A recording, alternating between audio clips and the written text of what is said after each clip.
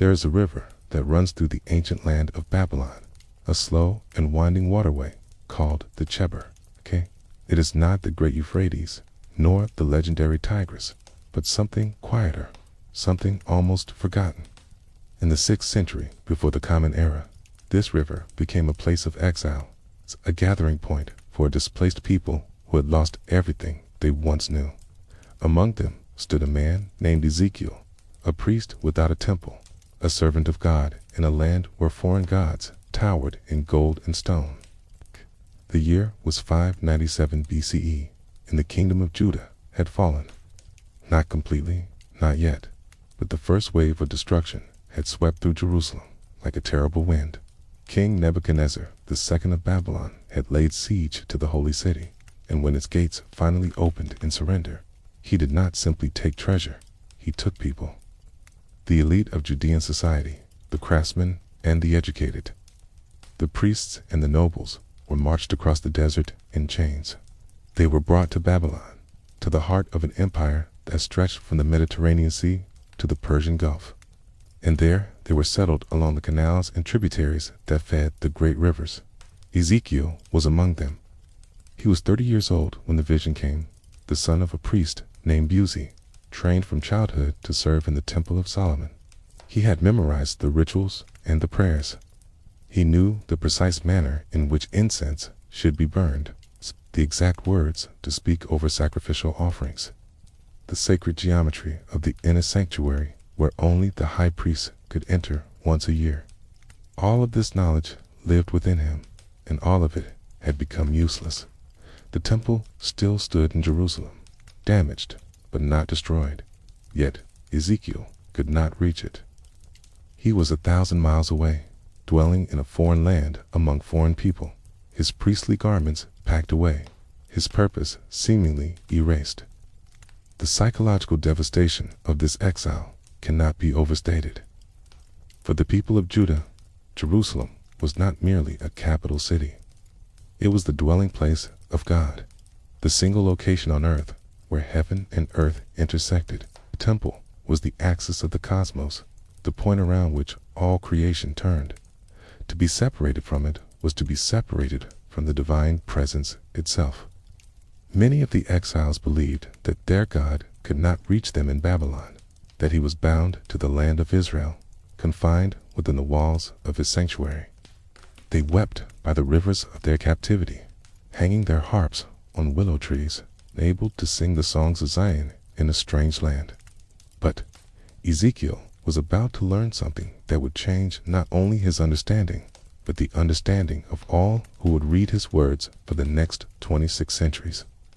He was about to discover that God was not confined to any temple, that the divine presence could move across the earth like a storm, that the throne of the Almighty was not fixed in Jerusalem, but could appear anywhere, even in the flatlands of Babylon, even beside a forgotten canal where exiles gathered to mourn. It began on a specific day, and Ezekiel is careful to tell us exactly when. He writes that it was the 5th day of the 4th month in the 30th year. Scholars have debated what this 30th year refers to, whether it was Ezekiel's own age or some other calendrical calculation. But what matters more is the precision itself. This was not a vague mystical experience, not a dream half remembered upon waking. Ezekiel marks the moment with the exactness of a man who knows that what he witnessed was real, who wants future generations to understand that this happened at a particular point in time, in a particular place, to a particular person. He also tells us that it was the 5th year of King Jehoiachin's exile. This gives us our anchor in history. Jehoiachin was the young king of Judah who had surrendered to Nebuchadnezzar after a siege of only 3 months. He was taken to Babylon along with Ezekiel and the other captives, and his years in exile became a way of counting time for the displaced community. By this reckoning, we can date Ezekiel's vision to approximately 593 BCE. 4 years after the first deportation, 4 years of waiting and wondering, 4 years of asking whether God had abandoned his people. Ezekiel was standing by the River Chebar when the heavens opened. That phrase, the heavens opened, appears elsewhere in Scripture, but it is never casual. It does not mean that the sky merely cleared or that sunlight broke through clouds. It means that the boundary between the visible world and the invisible world suddenly became permeable. That something from beyond the ordinary fabric of reality was about to break through. Ezekiel uses the language of a man who has witnessed a tear in the membrane of existence itself. What he saw first was a storm. It came from the north, a great cloud with brightness around it, fire flashing continually from within. The north held special significance in the ancient Near East. It was the direction from which invading armies typically came, sweeping down through Syria and into the lands of Israel and Judah. It was also, in Canaanite mythology, the location of the mountain where the gods assembled. For Ezekiel to see a divine manifestation approaching from the north was to see power coming from the most fearsome and sacred direction imaginable. The cloud was not ordinary. It glowed with an inner radiance, and at its center was something Ezekiel struggles to describe. He calls it the color of amber, or in Hebrew, chashmel. This word appears only 3 times in the entire Hebrew Bible, all of them in the book of Ezekiel, and its meaning has puzzled translators for millennia. Some have rendered it as gleaming bronze, others as electrum, a natural alloy of gold and silver. The ancient rabbis considered it so mysterious that they forbade young students from discussing it, fearing that the word itself contained dangerous power. Within this amber glow, within this fire that folded in upon itself, Ezekiel began to perceive shapes that were not immediately clear. The storm was too bright, the radiance too overwhelming. But gradually, as his eyes adjusted to what should not have been visible at all, he saw that there were living creatures within the fire. They were moving together, 4 of them, and they were unlike anything he had ever seen or imagined. Let us pause here, beside the river, and consider what Ezekiel must have felt in this moment. He was a priest, trained in the traditions of Israel, familiar with the cherubim that adorned the Ark of the Covenant and the walls of the temple. He knew the stories of divine appearances, the burning bush that spoke to Moses, the pillar of cloud and fire that led the Israelites through the wilderness. But knowing stories is not the same as experiencing reality. Ezekiel was not reading about a vision. He was standing inside one. The fear must have been immense. In nearly every biblical account of divine encounter, the human response is terror. Angels must constantly tell people not to be afraid, because the natural reaction to the supernatural is overwhelming dread. Ezekiel does not describe his emotional state at this point in the narrative. But we can imagine his heart pounding, his breath catching, his entire body trembling as the storm approached and the shapes within it became clearer. And yet, he did not run. He did not hide his face or fall unconscious.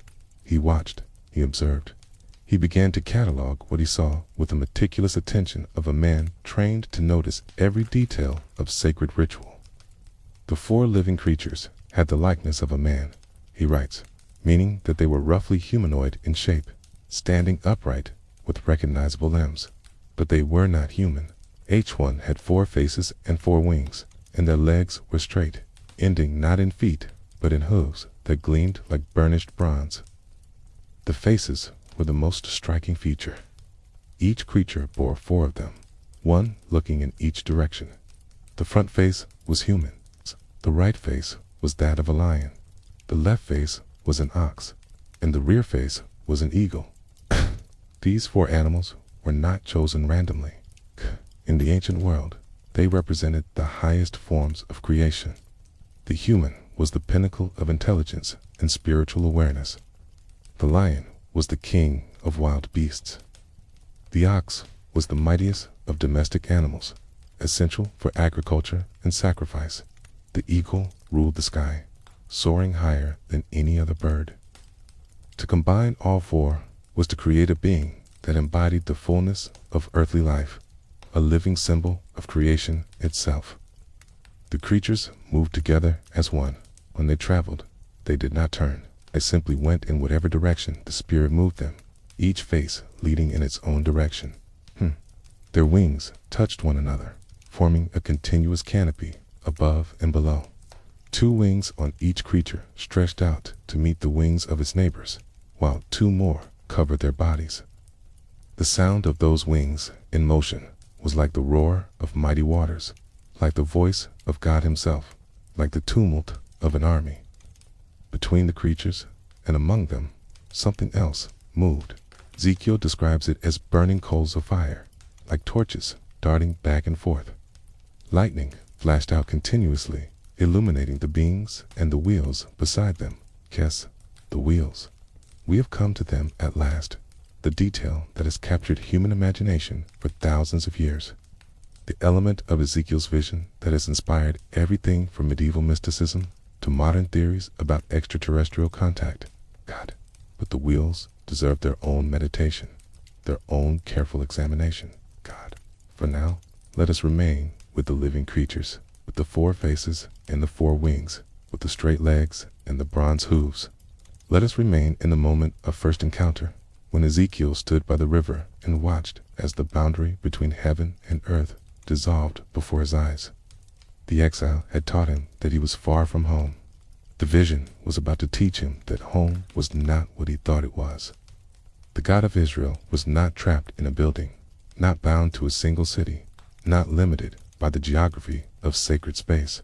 The divine presence could appear anywhere, could move like a storm across the earth, could find a lonely priest by a forgotten river and show him wonders that would echo through all of human history. The heavens had opened, and Ezekiel was watching. We continue to watch and to record what he saw for the next 22 years of his prophetic career. But everything that followed, every oracle and every vision, every symbolic action and every divine command would be rooted in this first overwhelming encounter. The priest without a temple had found something greater than any building made by human hands. He had found the mobile throne of God, the chariot of the Almighty, the wheel within the wheel that turns through all of space and time. The storm was still approaching. The creatures were still emerging from the amber fire. And Ezekiel, son of Buzi, standing by the waters of Babylon, was about to see something that no human being had ever seen before. The night was falling over the flatlands of Mesopotamia, but a new kind of light was rising in the east. It was not the sun, not the moon, not any star that could be named or mapped. It was the glory of the Lord coming toward a broken man in a broken land, bringing a message that would never be forgotten. The heavens had opened, and they would not close again until Ezekiel had seen everything that God intended to show him. He took a breath. He steadied himself, and he continued to watch. The storm approached from the north, and with it came a terror that Ezekiel could not name. He had seen storms before, the sudden squalls that swept across the Judean hills, the dark clouds that gathered over Jerusalem before the winter rains. But this was different. This storm carried light within its darkness, fire that did not consume, brightness that seemed to pulse with intention. It was not weather. It was visitation. In the ancient Near East, storms were never merely meteorological events. They were manifestations of divine power, the visible expression of God's moving through the world. The Babylonians worshipped Marduk, who had defeated the chaos monster Tiamat and established order from the storm of primordial conflict. The Canaanites knew Baal as the rider of clouds, the one who brought thunder and lightning to announce his presence. Even the Israelites understood that their God spoke from whirlwinds, that he answered Job from the tempest, that his voice could shatter the cedars of Lebanon with the sound of rolling thunder. So, when Ezekiel saw the great cloud coming toward him, he understood at some level what it meant. The divine was approaching. Something sacred and terrible was about to happen. But understanding this intellectually did not prepare him for the reality of what emerged from that swirling mass of fire and wind. The cloud was immense, filling the northern horizon like a wall of churning darkness shot through with veins of gold. Ezekiel uses a Hebrew word that suggests continuous folding, as if the fire within the cloud were turning in upon itself, consuming and regenerating in an endless cycle. This was not the orange flame of a cooking fire or the red glow of a forge. This was something else entirely, a radiance that seemed to exist at the boundary between light and substance, between energy and form. At the center of this luminous chaos was the amber glow, the chashmel that has puzzled translators for millennia. Some modern scholars have suggested that the word might be related to an Akkadian term for a type of shining metal, perhaps the electrum that ancient craftsmen created by alloying gold with silver. Others have proposed that it describes a phenomenon closer to what we would now call plasma, the fourth state of matter that exists in lightning bolts and at the heart of stars. Whatever it was, Ezekiel saw it as the core of the vision, the still point around which everything else revolved. And from within that amber brilliance, the four living creatures began to emerge. They did not step out of the cloud so much as materialize from it, their forms becoming distinct as Ezekiel's eyes adjusted to the overwhelming light. At first, they might have seemed like a single entity, but beings moving in such perfect unison that they appeared to share one will, one purpose, one direction, Akia. But as they drew closer, Ezekiel could see that each was distinct. Kia possessed its own faces and wings. Each occupied its own space while remaining connected to the others. The number 4 was not arbitrary. In ancient cosmology, 4 represented completeness, totality, the fullness of spatial reality. There were 4 cardinal directions, 4 corners of the earth, 4 winds that blew from the ends of heaven. To encounter for living creatures was to encounter beings that embodied the wholeness of creation, guardians who faced every direction simultaneously, who could move anywhere without turning because they were already oriented toward everywhere. Ezekiel describes their general appearance first, telling us that they had the likeness of a man. This phrase establishes a baseline of comprehensibility. Despite all their strangeness, despite the multiple faces and wings, these beings were not entirely alien. They stood upright. They had recognizable limbs. They moved with purpose and intelligence. A modern reader might think of humanoid figures, beings shaped like people, but clearly not people. Familiar enough to observe, but strange enough to inspire. Their legs were straight, not bent at the knee like human legs, but rigid, column-like, perhaps suggesting stability and permanence. The soles of their feet were like the sole of a calf's foot, rounded hooves that gleamed like burnished bronze when the light caught them. This detail connects them to the world of temple sacrifice, where calves and oxen were among the most significant offerings. The creatures bore the marks of the sacred, the imagery of worship embedded in their very anatomy. And they sparkled. Ezekiel uses a word that suggests the gleaming of polished metal, the way bronze catches sunlight and throws it back intensified. These beings were luminous, not merely because they stood in the midst of fire, but because their very substance seemed to generate or reflect light. They were creatures of radiance, built from materials that did not exist in the ordinary world. The faces came next in Ezekiel's description, and here the vision reaches its most challenging imagery. Each of the 4 creatures had 4 faces, one pointing in each cardinal direction. The face in front was human, with all the intelligence and expressiveness that implies. The face on the right was that of a lion, the supreme predator, the king of beasts whose roar could freeze prey in its tracks. The face on the left belonged to an ox, the patient and powerful animal that pulled plows and carried burdens. The creature most associated with agricultural abundance and sacrificial worship. And the face behind was an eagle's, the lord of the sky, the bird that could soar higher than any other and see farther than any earthbound creature. These 4 faces would later become enormously significant in Jewish and Christian interpretation. The rabbis saw them as representing different aspects of God's relationship with creation. The human face showed divine wisdom and judgment. The lion represented divine sovereignty and power. The ox symbolized divine patience and provision. The eagle expressed divine transcendence and vision. To encounter a being with all four faces was to encounter something that embodied the fullness of divine attributes, a living icon of God's multifaceted nature. Early Christians would eventually associate these four faces with the four evangelists who wrote the Gospels.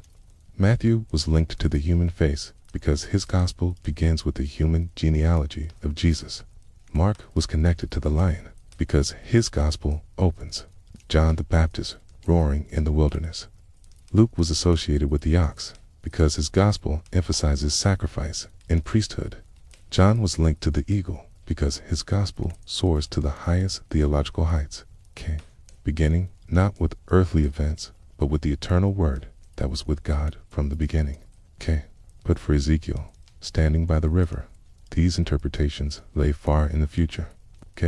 He was simply trying to describe what he saw, to find words for beings that exceeded all previous categories.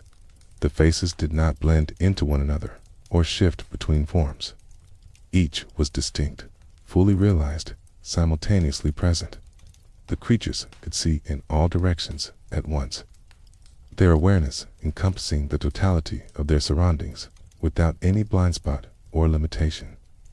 The wings added another layer of complexity to the vision. Each creature had four of them. Two wings stretched upward and outward, touching the wingtips of the adjacent creatures, forming a continuous canopy above the group. The other two wings covered their bodies, perhaps concealing aspects of their form that were too sacred or too strange for even Ezekiel to perceive. When the creatures moved, the sound of their wings was overwhelming. Ezekiel reaches for multiple comparisons to convey its intensity. It was like the sound of many waters, the roar of a great river, or the crash of ocean waves. It was like the voice of the Almighty, the thunder that accompanied divine speech. It was like the noise of a military camp, the tumult of an army preparing for battle. This auditory dimension of the vision is easy to overlook, but it was crucial to the experience. Ezekiel was not watching a silent movie. He was immersed in a sensory environment that assaulted him from every direction. The light was blinding. The sound was deafening. The very air seemed to vibrate with energy that he could feel in his bones. This was not a gentle, mystical experience, not a quiet moment of spiritual insight. It was an overwhelming encounter with power beyond human scale. Between the living creatures, Ezekiel saw something else moving. He describes it as burning coals of fire, torches that darted back and forth among the beings. This fire was bright, almost unbearably so, and from it, lightning flashed continuously. The imagery suggests tremendous energy, barely contained, crackling between the creatures like electricity between conductors. The living beings were not merely surrounded by fire. They were part of it, inseparable from the luminous chaos that had emerged from the northern storm. The creatures moved together in perfect coordination, traveling in whatever direction the spirit within them chose to go. They did not turn as they moved.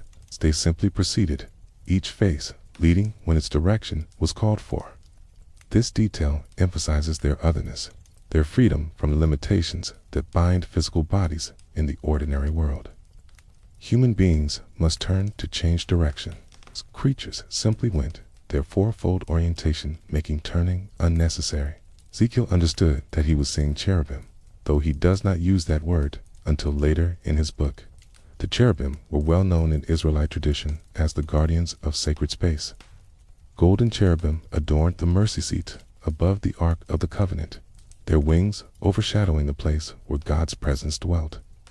Carved cherubim decorated the walls of Solomon's temple and the curtains of the tabernacle before it, but no one had ever described cherubim quite like this. The temple cherubim were artistic representations, stylized figures meant to evoke heavenly beings.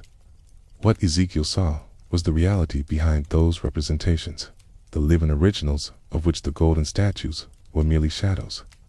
The storm had brought them, and they had brought something else with them. Ezekiel could see now that the creatures were not flying freely through the air. They were connected to a structure, a framework, a vehicle of some kind. Beside each living creature was a wheel, and the wheels were like nothing Ezekiel had ever seen.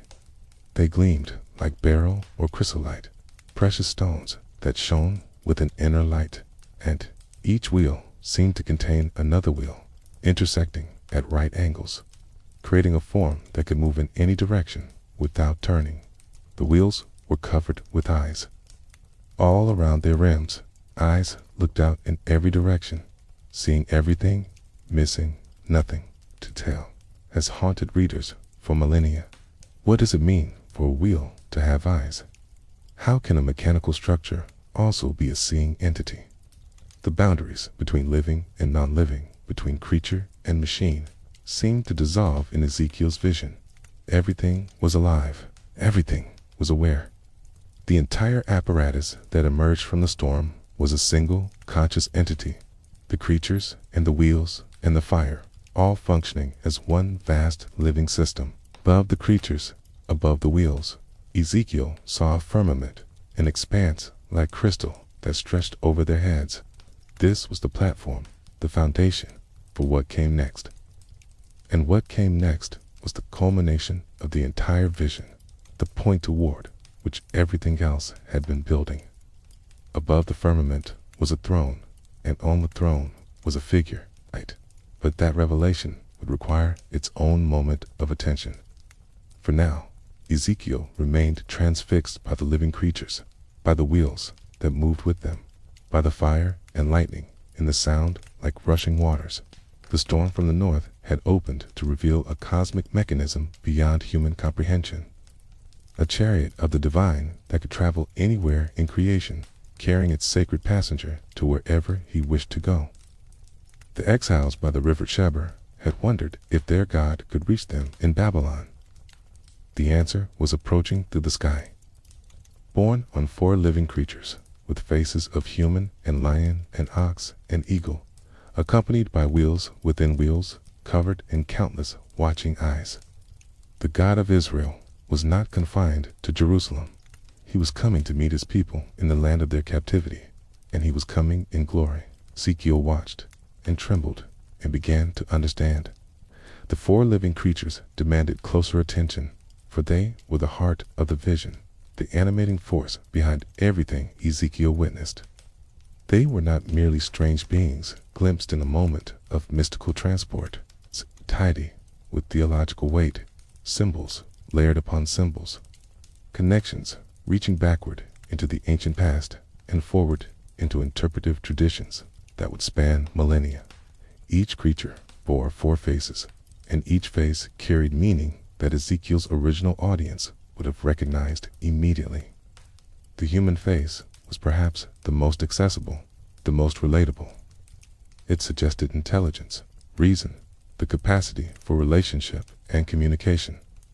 In a vision filled with overwhelming otherness, the human face provided an anchor, a reminder that whatever these beings were, they existed in some kind of continuity with humanity. They could see as humans see, okay? They could perhaps think as humans think. The boundary between the divine realm and the human realm was permeable, and the human face was proof. The lion face spoke of royalty and power. Okay. Throughout the ancient Near East, lions were associated with kingship. Syrian emperors hunted them to demonstrate their prowess. Babylonian gates were guarded by their images. In Israel, the lion was the symbol of the tribe of Judah, the royal tribe from which David and his descendants came. To see a lion face on a heavenly creature was to see divine sovereignty made visible, the kingship of God expressed in animal form. These beings served the ultimate king, and they bore his royal insignia in their very flesh. The ox face carried different associations. Oxen were the engines of ancient agriculture, the patient beasts that pulled plows through stubborn soil and turned grain into flour on threshing floors. They represented strength in service, power harnessed for productive ends. In the temple cult, oxen were among the most valuable sacrificial animals offered on the most solemn occasions. The ox face suggested that these creatures were servants, powerful beyond measure, but dedicated to purposes beyond themselves. They worked. They carried burdens. They made things happen in the world. The eagle face pointed upward, toward the heavens that had opened to reveal this vision. Eagles were the supreme birds of the ancient world, admired for their ability to soar to heights no other creature could reach. They were associated with the sun, with vision, with the capacity to see what remained hidden to earthbound observers. The eagle face suggested transcendence, the ability to rise above ordinary limitations, to perceive reality from a divine perspective. These creatures could see not only in all horizontal directions, but also vertically, from the depths to the heights. Taken together, the four faces represented something like the totality of created excellence, the highest form of rational life, the king of wild beasts, the mightiest domestic animal, the lord of the sky. Nothing was left out. Every domain of earthly existence was represented in these composite beings. They were living encyclopedias of creation, carrying the fullness of the natural world in their very bodies. But Ezekiel was not the first to encounter such beings. The cherubim had a long history in Israelite religion, stretching back to the earliest days of the covenant, when Adam and Eve were expelled from the Garden of Eden. God placed cherubim at the eastern entrance with a flaming sword that turned in every direction, guarding the way to the tree of life. These were the first cherubim mentioned in Scripture, and already they were associated with divine boundaries, with the threshold between the human world and the realm of God. When Moses received instructions for building the tabernacle in the wilderness, cherubim figured prominently in the design. 2 golden cherubim were to be placed on the mercy seat, the cover of the Ark of the Covenant, their wings stretching out to overshadow the sacred space between them. This was where God would meet with Moses, where the divine presence would dwell among the traveling Israelites. The cherubim were guardians of the most holy place, a presence marking the exact location where heaven touched earth. Solomon's temple expanded this imagery dramatically. The inner sanctuary contained 2 enormous cherubim carved from olive wood and overlaid with gold. Each stood 10 cubits high, with wings that spanned the width of the room. Carved cherubim also decorated the walls, the doors, and the bronze bases of the great lavers used for priestly washing. Everywhere one looked in the temple, cherubim were present, silent sentinels marking the holiness of the space. But what did these cherubim look like? The biblical descriptions are frustratingly vague. They had wings and faces, but the texts do not specify how many of each or what the faces depicted. Artists and craftsmen had to make decisions, had to give concrete form to abstract descriptions. The result was a tradition of cherubim imagery that varied across time and place, each generation reimagining these heavenly beings according to their own aesthetic sensibilities. Ezekiel's vision cut through all this ambiguity. Here at last was a first-hand account of what cherubim actually looked like. It's described not by an artist working from theological imagination, but by a prophet who had seen them with his own eyes. Its 4 faces, the 4 wings, the straight legs with calf-like hooves, the gleaming bronze appearance. The hands hidden beneath the wings. All of these details came from direct observation. Ezekiel was providing a witness testimony, and his testimony would shape how Jews and Christians imagined heavenly beings for centuries to come. The wings deserve particular attention. Each creature had 4 of them, arranged in a specific configuration. 2 wings stretched upward, reaching out to touch the wings of the adjacent creatures. This created a continuous canopy above the group, a kind of living ceiling that moved with them wherever they went. The touching of wingtips suggested unity, cooperation, a shared purpose that bound the 4 beings together, even as they remained distinct individuals. They were not a committee or a team, but something more integrated, a 4-fold unity that acted as one. The other 2 wings on each creature covered their bodies. This detail echoes the seraphim that Isaiah saw in his temple vision, who used 2 of their 6 wings to cover their faces and 2 to cover their feet. The covering suggested modesty or perhaps protection, a veiling of aspects too holy or too terrible for human observation. Even in revealing themselves to Ezekiel, the cherubim held something back. There were depths to their being that remained hidden, mysteries wrapped within mysteries. The sound of those wings was overwhelming. Ezekiel piles up comparisons, searching for adequate language. Like the sound of many waters, the roar of a great river in flood, or waves crashing against a rocky shore. Like the voice of the Almighty, the thunder that accompanied God's speech at Sinai, the divine word made audible. Like the tumult of an army, thousands of soldiers moving together, the rumble of chariots and the tramp of marching feet. Each comparison captures part of the experience, but none captures all of it. The sound was vast, layered, complex beyond description. When the creatures stood still, they lowered their wings. Detail suggests that the wing movement was purposeful, connected to their locomotion rather than continuous. In stillness, there was relative silence. In motion, there was overwhelming noise. The cherubim could modulate their presence, could choose when to fill the air with thunder and when to allow quieter contemplation. Between and among the creatures, fire moved constantly. Ezekiel describes burning coals, torches darting back and forth, lightning flashing out continuously. The fire was bright, almost unbearably so, and it seemed to be an integral part of the cherubim themselves rather than an external phenomenon. They were creatures of fire, beings whose substance was light and energy rather than flesh and bone. The flames did not consume them because they were not separate from the flames. They existed at the intersection of matter and energy, form and radiance. This fiery nature connects the cherubim to other biblical theophanies. When God appeared to Moses in the burning bush, the fire did not consume the branches. When God led Israel through the wilderness, he went before them as a pillar of fire by night. Fire in the biblical tradition is not merely destructive. It is purifying, illuminating, transformative. It marks the presence of the holy, the boundary between the ordinary world and the realm of the sacred. The cherubim carried this fire with them, bringing the holy presence wherever they traveled. The movement of the cherubim was unlike anything in ordinary experience.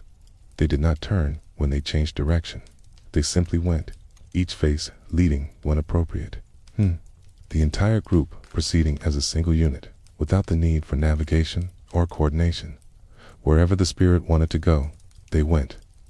The Spirit was within them, animating them, directing them with a will that seemed to be both their own and not their own. This raises profound questions about the nature of these beings. Were they autonomous creatures with their own consciousness? Or were they extensions of the divine will, limbs of God, reaching into the created world? The text suggests both. They had the likeness of living creatures, implying genuine life and perhaps genuine awareness. But they moved according to the Spirit within them, suggesting that their will was perfectly aligned with divine purpose. Perhaps the distinction between divine instrument and divine servant collapses at this level of reality. Perhaps the cherubim were beings who had so completely surrendered to God's will that the question of autonomy no longer applied. Ezekiel watched them emerge from the storm, watched them approach across the flat Babylonian landscape, watched the fire and the lightning and the crystalline firmament above their heads. He was seeing the vehicle of God's presence, the living chariot that could carry the divine glory anywhere in creation. The temple in Jerusalem had been a fixed location, a single point where heaven and earth intersected. The chariot of the cherubim made that intersection mobile, portable, capable of appearing wherever God chose to manifest. This was revolutionary theology, though Ezekiel might not have recognized it as such in the moment. He was too overwhelmed by the sensory experience, too consumed by the effort of simply witnessing what was happening before him. But later, as he reflected on what he had seen, the implications would become clear. God was not bound to Jerusalem. God could come to Babylon. God could meet his exiled people in the land of their captivity, could appear beside a foreign river just as easily as in the Holy of Holies. The cherubim were proof of divine mobility, divine freedom, divine presence, unconfined by human structures. They carried God's throne, and God's throne could go anywhere. The exiles who had wept by the waters of Babylon believing themselves abandoned, were about to learn that their God had never left them. He had simply been traveling to meet them, riding on the wings of the cherubim, surrounded by fire and eyes and the sound of many waters. Ezekiel continued to watch as the vision unfolded, as the details accumulated, as the wheels within wheels began to become clear. The cherubim were not the end of the revelation. They were the beginning, the foundation upon which something even more staggering would be built. Above them was a firmament. Above the firmament was a throne. And on the throne was a figure that Ezekiel would struggle to describe with all the words at his command. But for now, the 4 living creatures held his attention. There for faces, gazing in every direction. There for wings, thundering like the voice of God. There bronze hooves, gleaming in the amber light that poured from the heart of the storm. They were messengers and guardians and servants and carriers of glory. They were cherubim, and they had come from the north to find a priest by a river and show him wonders beyond imagining. Beside each of the 4 living creatures, Ezekiel saw a wheel touching the ground. These wheels have become the most famous element of the entire vision. The detail that has captured imaginations across centuries and cultures, inspiring interpretations that range from mystical theology to speculative engineering. They are the Epanium, the wheels within wheels, and they deserve our most careful attention. Ezekiel describes their appearance first. They gleamed like beryl, a precious stone that ancient texts associate with the sea, with the depths of translucent color that shift as light passes through them. Some translations render this as chrysolite or topaz, stones that share the quality of inner luminosity, of light caught and refracted within crystalline structure. The wheels were not dull metal or rough-hewn wood. They were jeweled, radiant, beautiful in a way that transcended mere function. And then comes a detail that has puzzled readers for millennia. Each wheel appeared to have another wheel intersecting it at right angles, a wheel within a wheel, creating a form that defies simple visualization. Try to picture it, a wheel lying flat, like the wheel of a cart. Imagine another wheel of the same size passing through its center, standing perpendicular to the first. The result is something like a sphere, a 3-dimensional structure that can roll in any direction without turning. This is the key to understanding the wheels as a mechanism. Ordinary wheels can only move in one direction, forward or backward along the axis of their rotation. To change direction, the entire vehicle must turn, reorienting the wheels toward the new heading. But a wheel within a wheel, intersecting at right angles, can move in any direction instantaneously. The structure does not need to turn because it is already oriented toward every possible direction simultaneously. The theological implications are profound. God's chariot can go anywhere at any time without the delay of turning or the limitation of fixed orientation. The divine presence is not constrained by the geometries that constrain human movement. Wherever the Spirit wishes to go, the wheels can carry it immediately, directly, without obstacle or hesitation. But the wheels were more than mechanisms. They were alive.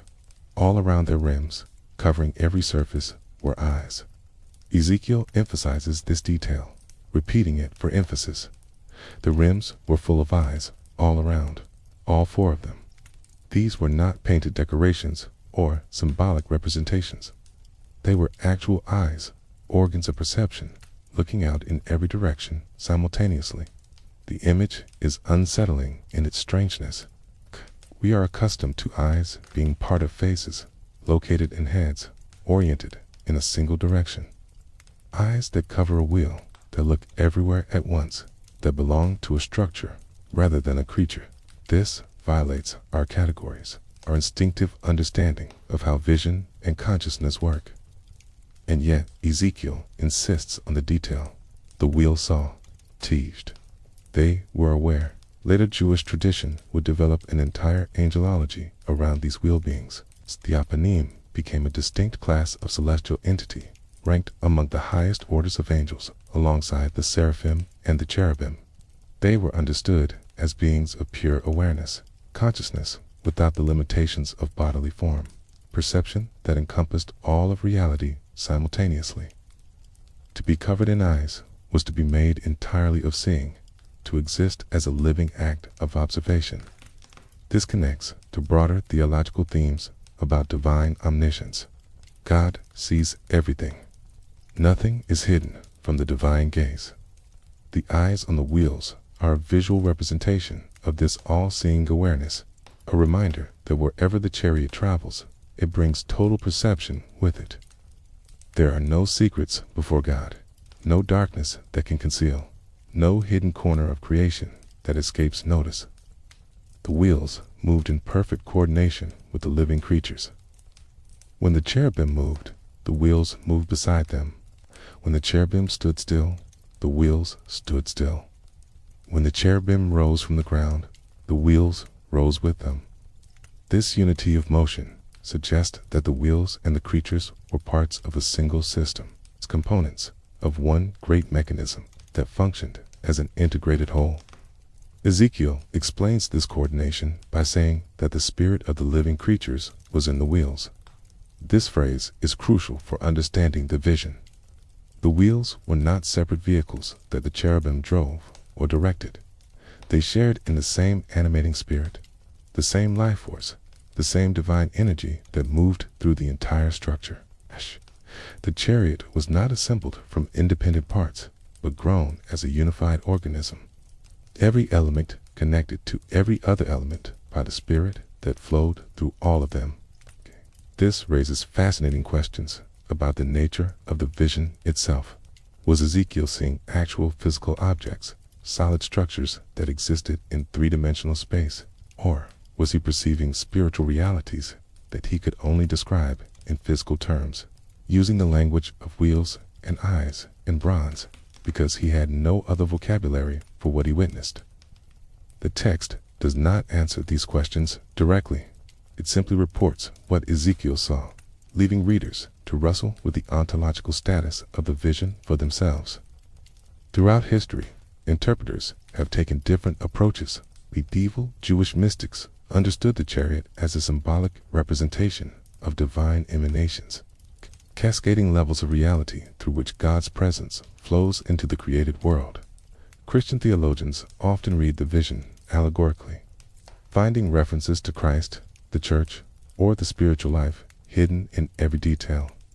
Modern skeptics have dismissed it as hallucination or literary invention, the product of a disturbed mind or a creative imagination. And then there are those who have taken the vision with radical literalness, who have asked what kind of physical technology could produce the effects Ezekiel describes. This approach reached its most developed form in the 20th century, when the ancient astronaut hypothesis proposed that Ezekiel was describing an encounter with extraterrestrial spacecraft. The wheels within wheels became landing gear. The living creatures became robotic probes or suited astronauts. The fire and lightning became rocket exhaust. The throne above the firmament became a command module. We will examine these modern interpretations in due course. For now, it is enough to note that the wheels resist easy categorization. They are mechanical and alive, structural and perceptive, physical and spiritual. They embody paradoxes that reflect the paradox of the vision as a whole, the impossibility of fully comprehending what Ezekiel witnessed with categories drawn from ordinary experience. The appearance of the wheels, Ezekiel tells us, was like the gleaming of beryl. This repetition of the precious stone imagery reinforces the sense of value, of beauty, of craftsmanship beyond human capacity. Whoever or whatever made these wheels worked in materials that do not exist in the ordinary world. It's created structures that obey laws unknown to human engineers. The wheels were artifacts of heaven, objects from a realm where different rules apply. Their construction, the wheel within a wheel, has inspired centuries of artistic interpretation.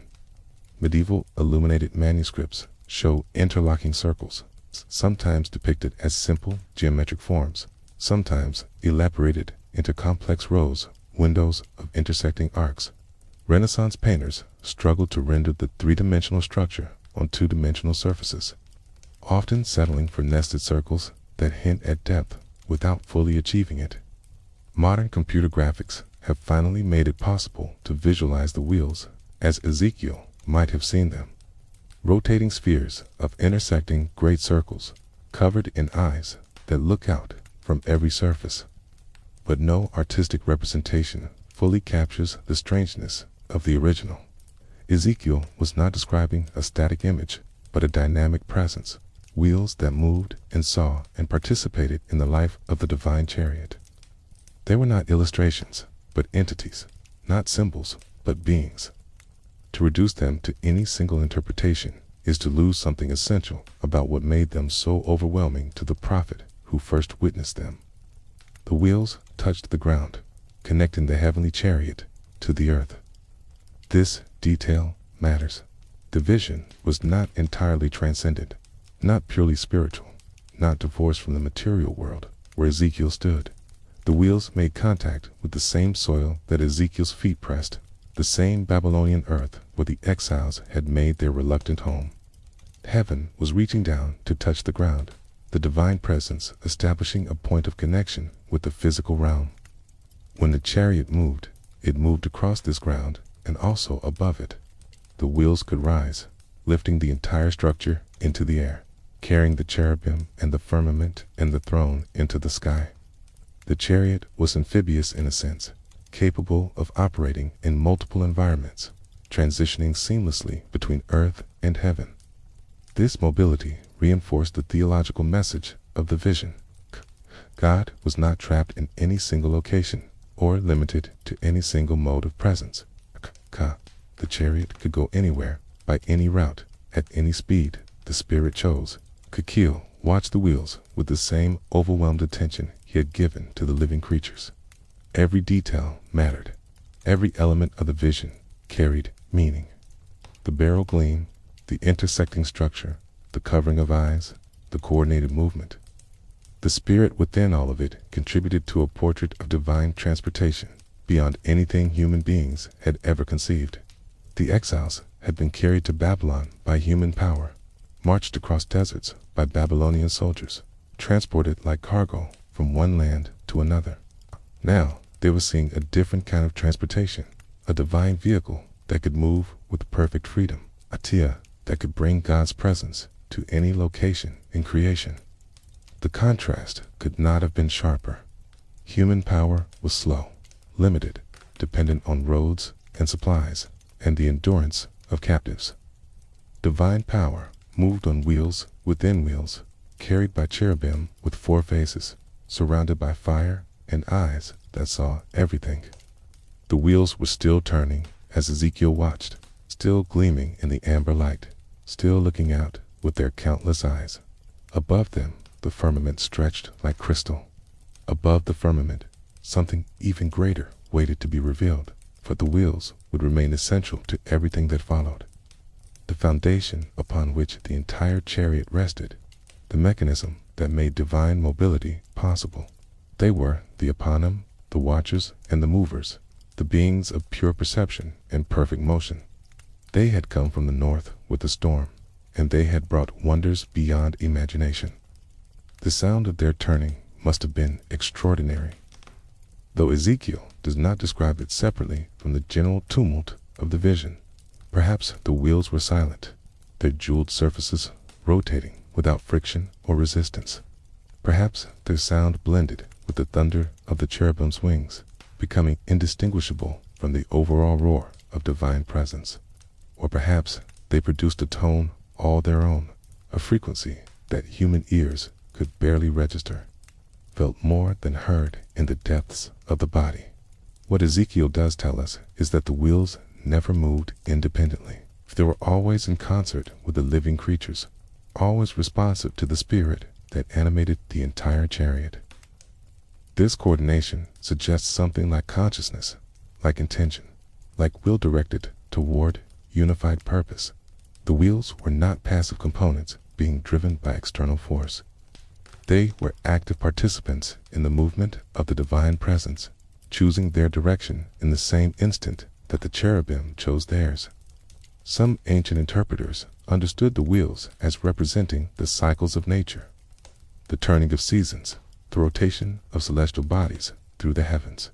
The wheel is an ancient symbol of time and fate, of processes that continue regardless of human will, of forces larger than individual lives. To see wheels at the base of God's chariot was to see divine sovereignty over all cycles, all processes, all the turning mechanisms of creation. Others focused on the wheels as symbols of divine providence, the way God's purposes work themselves out through history. The wheel turns, and what was high is brought low. What was low is raised up. Empires rise and fall. Exiles are scattered and gathered. The wheel keeps turning, but the spirit within the wheel ensures that the turning serves divine ends rather than random chance. Ezekiel himself offers no explicit interpretation. He simply describes what he saw, trusting that the vision carried its own meaning for those with eyes to see. High, the wheels gleamed like beryl. They intersected at right angles. They were covered with eyes. They moved with the cherubim. The spirit of the living creatures was within them. These facts would have to be enough. The interpretation would come later, would unfold across centuries of meditation and debate, would take different forms in different communities and different eras. For now, beside the River Chebar, Ezekiel stood transfixed by wheels that defied everything he knew about how wheels should work. They were beautiful and terrible, mechanical and alive, earthbound and ready to soar. They were part of a chariot that had traveled from heaven to Babylon, carrying a throne and a presence that would change everything the exiles believed about their God. The wheels kept turning, eyes kept watching, and above them, the crystalline firmament stretched like a second sky, preparing the way for what would be revealed next. The spirit moved through everything, animated the living creatures, and inhabited the wheels, binding them together into a single conscious system that responded to divine will with perfect immediacy. Ezekiel watched this unity in motion, watched beings and mechanisms act as one, and struggled to convey the seamlessness of what he witnessed. When the living creatures moved, the wheels moved beside them. When the living creatures rose from the earth, the wheels rose with them. There was no lag, no hesitation, no moment of coordination. The movement was instantaneous, as if creatures and wheels shared a single nervous system, a single intention, a single life. This spirit within the wheels is one of the most mysterious elements of the entire vision. Ezekiel uses the Hebrew word ruach, which can mean spirit, wind, or breath, depending on context. It is the same word used in Genesis when God's spirit hovers over the waters of chaos before creation begins. It is the same word used when God breathes life into the first human being, transforming clay into living soul. The ruach is the animating principle, the force that separates the living from the dead, the moving from the static. To say that the spirit of the living creatures was in the wheels is to say that the wheels were not mere machines. They were alive in some sense that transcends ordinary categories. They had awareness, as suggested by the eyes covering their rims. They had volition, as suggested by their perfect coordination with the cherubim. They were technology and biology fused together, mechanism and organism united in a way that challenges all familiar distinctions. The modern reader might reach for concepts like artificial intelligence or cybernetic integration, but even these fall short. The wheels were something else entirely, something for which we have no adequate terminology. The movement itself was remarkable. Wherever the spirit wanted to go, the entire assembly went. They did not deliberate or plan. They simply moved, responding to divine intention with the immediacy of thought becoming action. The four directions were always available to them: south, east, west, east, west-in.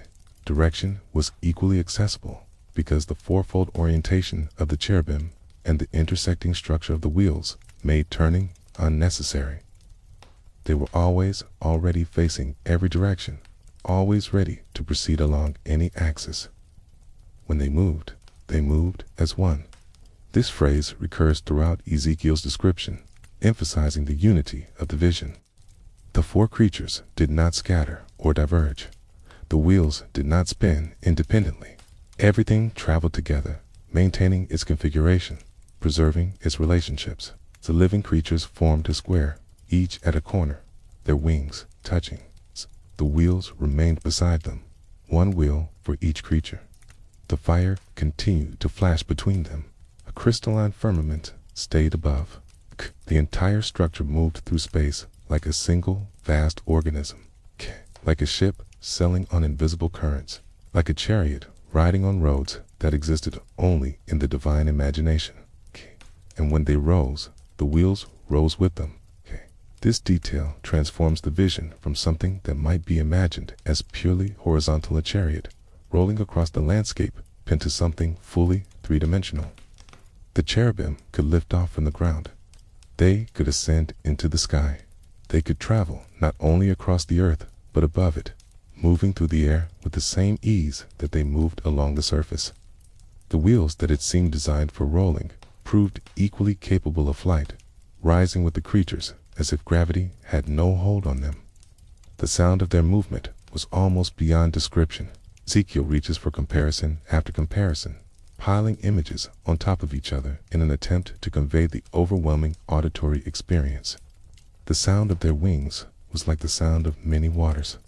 Anyone who has stood beside a great waterfall or listened to the roar of a flooding river knows something of what this means: the deep, continuous thunder of vast liquid forces, the vibration that travels through the ground and the air and the body simultaneously. This was not a gentle sound. It was a sound that filled the world, that left no room for other sounds, that occupied every available frequency. But Ezekiel adds another comparison. The sound was also like the voice of the Almighty. In Hebrew, this phrase is Kol Shaddai, using one of the ancient names for God. The voice of Shaddai was the voice that had spoken from Sinai, that had made the mountain tremble and the people fall back in terror. It was the voice that created worlds, that called light out of darkness and order out of chaos. To hear the wings of the cherubim was to hear something like the creative word itself, the primal speech that underlies all existence. And there was yet another comparison. Toned was like the tumult of an army, like a host prepared for battle. Toned, the Hebrew word, suggests a military camp in motion, thousands of soldiers and horses and chariots moving together. This was not a peaceful procession. It was an invasion, a mobilization of divine forces, a demonstration of power that implied the capacity for overwhelming action. The cherubim were not merely beautiful, they were formidable. They were the army of God, and their movement announced that the divine warrior was on the march. When the creatures stood still, they let down their wings. The thunder ceased. The tumult subsided. There were moments of relative quiet in the vision, pauses in which Ezekiel could catch his breath and try to process what he was experiencing. These moments of stillness were as significant as the moments of movement. They showed that the cherubim had control, that they could modulate their presence, that the overwhelming sound was a choice rather than a constant. In stillness, they waited. In motion, they announced.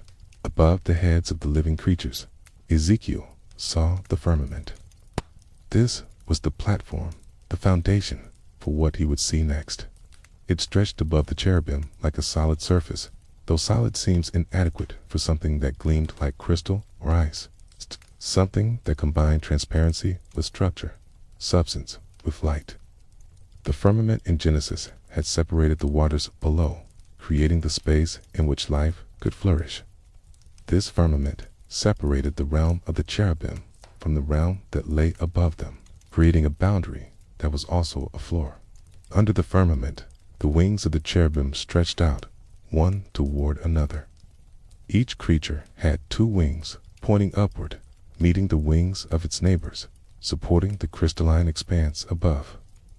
This was the mechanism that held everything together, the living architecture that sustained the entire structure. The cherubim were not merely passengers in some divine vehicle. They were the vehicle itself, their bodies forming the framework, their wings the supports, their coordinated movement the propulsion. The other two wings on each creature covered their bodies. Even now, at the climax of his vision, Ezekiel was not seeing everything. Parts of the cherubim remained hidden, veiled behind wings that served as barriers between the seeable and the unseeable. This was appropriate. The holy always retains its mystery. Even in Revelation, there is concealment. Even when God draws near, something remains beyond human apprehension. A voice came from above the firmament. Ezekiel does not tell us what it said, not yet. He simply notes that there was a voice, implying presence, implying intention, implying communication. Someone was speaking from above the crystalline platform, from the realm that the cherubim supported and served. When the cherubim heard this voice, they stood still and lowered their wings.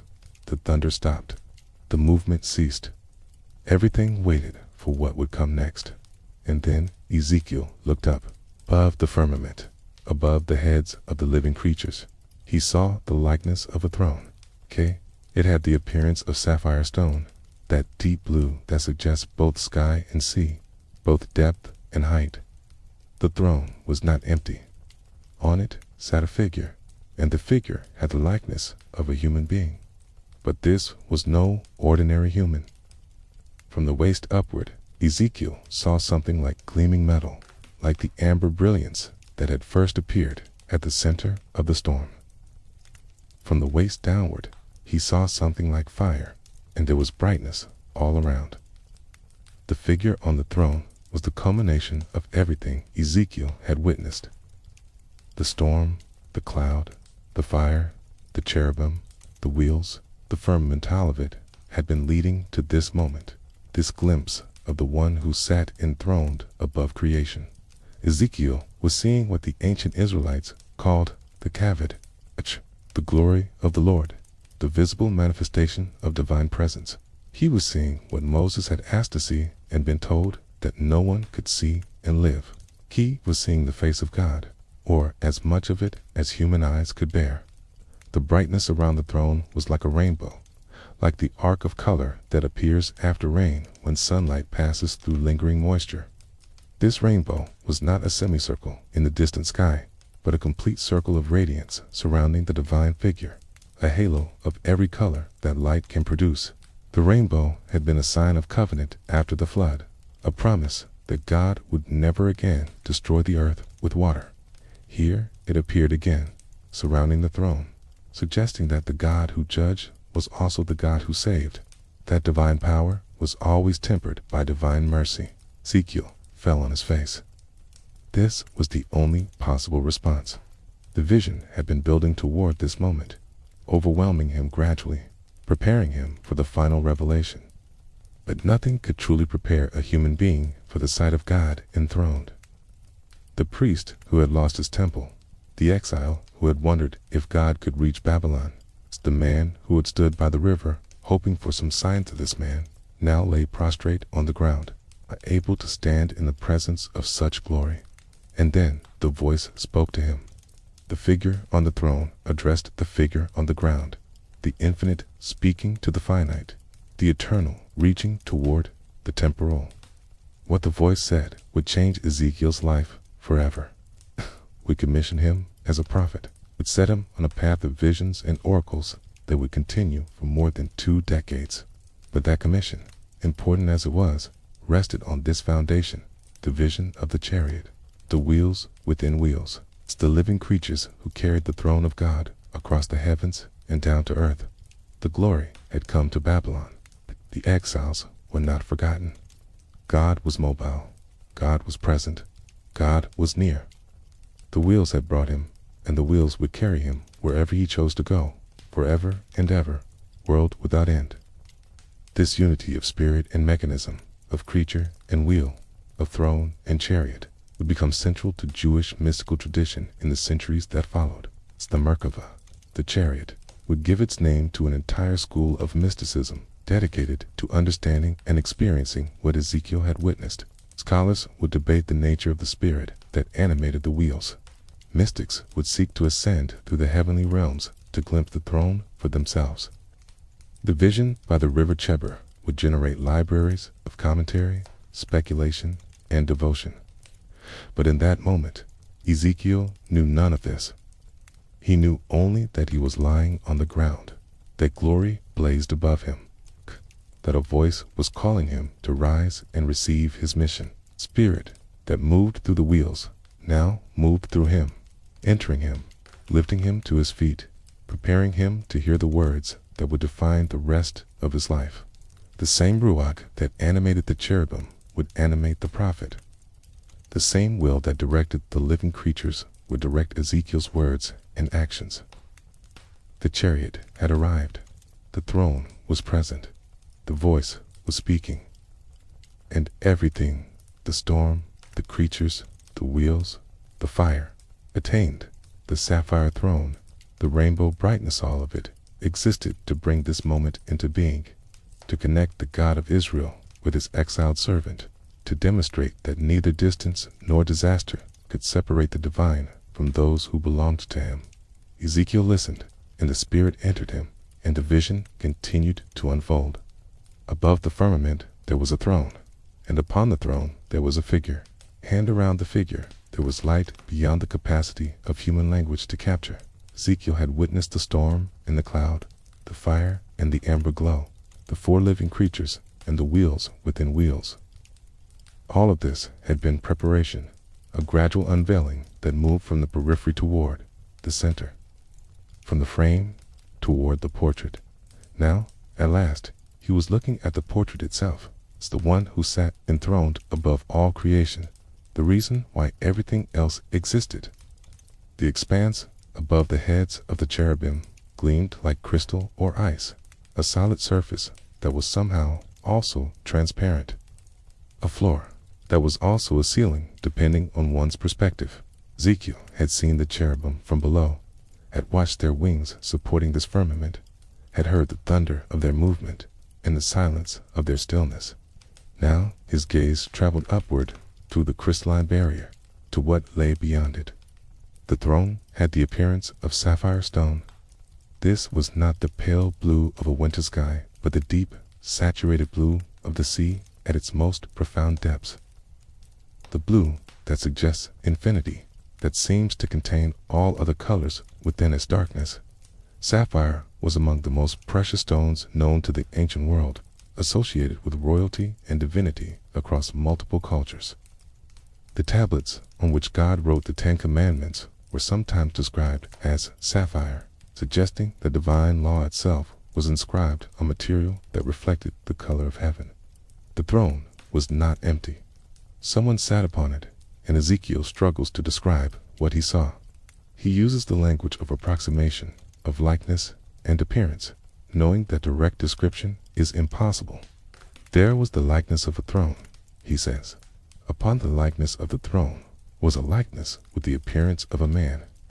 Every word distances the description from the thing itself, acknowledging that what Ezekiel witnessed exceeded the capacity of human perception and human speech. The figure on the throne had a waist, a point of division between upper and lower body. From the waist upward, Ezekiel saw something like chashmail, that mysterious amber brilliance that had appeared at the center of the storm. The upper body glowed with metallic radiance, with light that seemed to emanate from within rather than reflect from without. This was the same material, if material is even the right word, that had characterized the heart of the vision from the beginning. The figure was made of fire and light and something else that had no name. From the waist downward, Ezekiel saw fire. Pure, bright, consuming fire that did not consume, that burned without fuel, that radiated heat and light but destroyed nothing. The figure was half amber glory and half living flame, a being composed entirely of luminous energy, humanoid in shape but utterly inhuman in substance. This was not a person sitting on a throne. This was the source of all personhood, the ground of all being, the one from whom every human face derived its existence. All around the figure was brightness, a radiance that extended outward in every direction. And this brightness had a particular quality that Ezekiel recognized immediately. It was like the appearance of the rainbow that is in the cloud on a day of rain. The spectrum of visible light, every color from red through violet, arranged in a perfect arc, except that here the arc was complete, a full circle of color surrounding the throne, enclosing the figure in a halo of prismatic beauty. The rainbow carried enormous symbolic weight for an Israelite audience. After the flood that destroyed the ancient world, God had set his bow in the clouds as a sign of covenant, a promise that he would never again annihilate life with water. The rainbow was a weapon laid aside, a reminder of judgment past and mercy present. To see it surrounding the divine throne was to see divine power framed by divine compassion. To see the one who could destroy, choosing instead to preserve. To see wrath transformed into grace. This, Ezekiel tells us, was the appearance of the likeness of the glory of the Lord. Note the careful layering of terms. He does not say he saw God. He does not even say he saw the glory of the Lord directly. He saw an appearance, a likeness, a representation filtered through multiple levels of mediation. The human mind cannot grasp the divine essence. The human eye cannot look directly at infinite light. What Ezekiel perceived was as much as any mortal could perceive and still survive the encounter. And when he saw it, he fell on his face.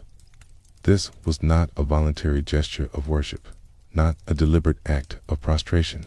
It was a collapse, the body giving way under the weight of an experience too vast to bear. Ezekiel's knees buckled. His vision narrowed. He found himself face down on the ground beside the River Chebar, overwhelmed by glory, unable to stand in the presence of the one who sat above the cherubim. This response connects Ezekiel to a long tradition of biblical figures who encountered the divine and found themselves undone. When Isaiah saw the Lord sitting on a throne, high and lifted up, he cried out that he was ruined. A man of unclean lips in the presence of absolute holiness. When Daniel received his visions, his strength left him and his face turned pale. When the Apostle John saw the risen Christ in the book of Revelation, he fell at his feet as though dead. The pattern is consistent.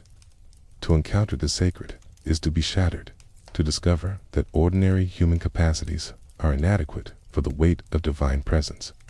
But the encounter did not end with prostration. A voice came from above the throne, from the figure surrounded by rainbow light. The voice called Ezekiel by a particular title, Son of Man. This phrase, in Hebrew, Ben Adam, emphasized Ezekiel's humanity, his mortality, his creaturely status. He was a human being, a descendant of the first Adam formed from dust. Whatever he had seen, whatever he would become, he remained fundamentally a member of his species, limited and finite. The voice commanded him to stand. Get on your feet, it said, and I will speak to you. This was a summons, an invitation, a demand. The God who had revealed himself in glory now wanted conversation, dialogue, the exchange of words between infinite and finite. Ezekiel could not remain prostrate forever. He had been brought to his knees so that he could be raised up again, humbled so that he could be commissioned, broken so that he could be remade. As the voice spoke, the Spirit entered Ezekiel. The same Ruach that animated the cherubim and lived within the wheels now took up residence in the prophet. This was not possession in any violent sense. It was empowerment, enablement, the gift of capacity that Ezekiel lacked on his own. The Spirit lifted him to his feet, raised him from the ground where glory had thrown him, gave him the strength to stand before the one who sat on the sapphire throne. Now Ezekiel could listen. Akia could receive the words that would define his mission. The voice spoke of a rebellious nation, of obstinate children, of people with hard hearts and stubborn spirits. Ezekiel was being sent to the house of Israel, to his fellow exiles, to deliver messages they might not want to hear. Whether they listened or refused to listen, they would know that a prophet had been among them. The word would be spoken. The message would be delivered. What the audience did with it was their responsibility. The content of Ezekiel's prophetic commission matters, but it is not our primary focus here. What matters for understanding the vision is that the throne revelation led directly to this calling. Ezekiel did not see the chariot and the glory as an end in themselves. He saw them as the credentials of the one who was sending him, the authorization for everything he would say and do for the next 2 decades. When Ezekiel spoke, he spoke as one who had seen the throne. When he pronounced judgment or promised restoration, he did so on behalf of the figure surrounded by rainbow brightness. The vision established authority. It demonstrated that the God of Israel was not confined to Jerusalem, not weakened by the Babylonian conquest, not absent from the lives of his exiled people. The same God who had dwelt between the cherubim in the temple could appear beside a river in Mesopotamia, riding on living creatures, accompanied by wheels covered in eyes, surrounded by fire and crystal and sapphire and rainbow. Distance was no obstacle. Exile was no barrier. The glory could travel, and it had traveled to find Ezekiel and give him his mission. After the voice finished speaking, Ezekiel heard behind him the sound of a great earthquake. It was the sound of the chariot departing, the blessed glory rising from its place, the wings of the cherubim beating, the wheels turning. The vision was withdrawing, returning to wherever it had come from, leaving Ezekiel alone by the river with the memory of what he had seen and the weight of what he had been told. The Spirit lifted him and carried him away. He went in bitterness and heat of spirit, overwhelmed by the experience, staggered by the responsibility. The hand of the Lord was strong upon him.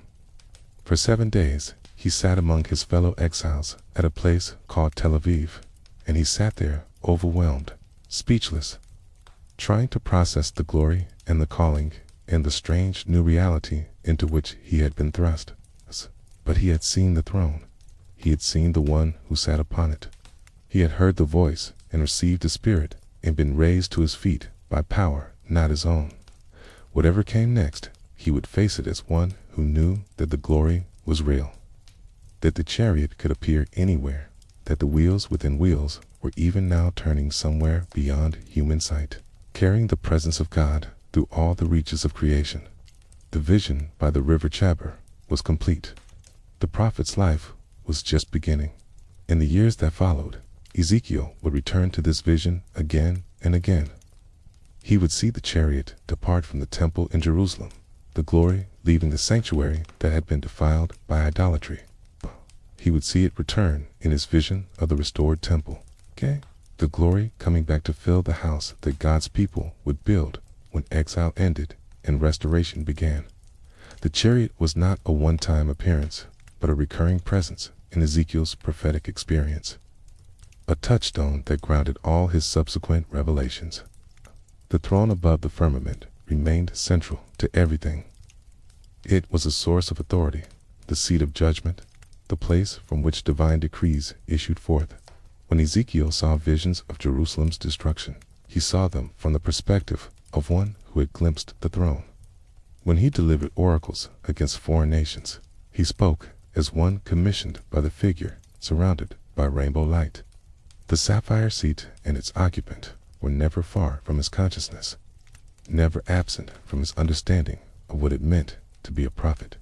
For Ezekiel, the throne vision was both terrifying and comforting. Terrifying because it revealed the overwhelming majesty of God, the infinite distance between creator and creature, the utter inadequacy of human categories to comprehend divine reality. Comforting because it demonstrated that this same overwhelming God had chosen to draw near, to speak, to commission, to remain present even in the land of exile. The one on the throne was not distant or indifferent. He was actively engaged with his people, appearing to prophets, sending messages, working out purposes that would ultimately lead to restoration and renewal. The brightness like the rainbow remained the sign of hope. Judgment was real, and it was coming for Jerusalem and for the nations. But beyond judgment lay covenant faithfulness, the ancient promise that God would not abandon his people forever. The bow in the cloud was a weapon laid aside, and it surrounded the throne as a perpetual reminder that divine wrath was not the final word. Mercy endured. Grace persisted. The story was not over. Ezekiel rose from the ground where glory had flung him, stood on feet, strengthened by the Spirit, and walked into his prophetic calling. Behind him, the chariot ascended into regions beyond human perception, the wheels turning, the creatures moving as one. The throne traveling on its mysterious circuits through the heavens. The vision faded from sight, but never from memory, never from significance, never from the heart of a priest who had found something greater than any temple. The glory was real. The throne was occupied. The wheels were always turning. For 25 centuries, readers have struggled to understand what Ezekiel saw by the River Chebar. The vision resists easy categorization. It does not fit neatly into the genre of prophetic oracle or temple liturgy or wisdom literature. It describes something that seems to exist at the boundary between the physical and the metaphysical, between machinery and biology, between ancient Near Eastern symbolism and something genuinely unprecedented. And in the 20th century, a new interpretation emerged that captured the popular imagination like no other. What if Ezekiel had witnessed not a divine manifestation, but an extraterrestrial encounter? What if the wheels within wheels were not angelic beings, but advanced technology? What if the prophet had seen a spacecraft? The ancient astronaut hypothesis, as it came to be called, found its most famous advocate in a Swiss hotelier named Erich von Däniken. His 1968 book, Chariots of the Gods, became an international sensation, translated into dozens of languages and selling tens of millions of copies. Von Däniken argued that ancient myths and religious texts from around the world contained evidence of contact with extraterrestrial visitors.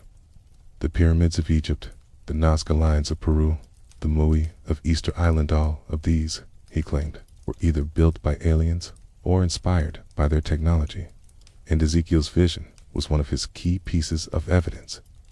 Von Däniken approached the text with the eye of someone looking for technology rather than theology. Storm from the north became the atmospheric disturbance caused by a descending spacecraft. The cloud with fire and brightness became the exhaust and illumination of powerful engines.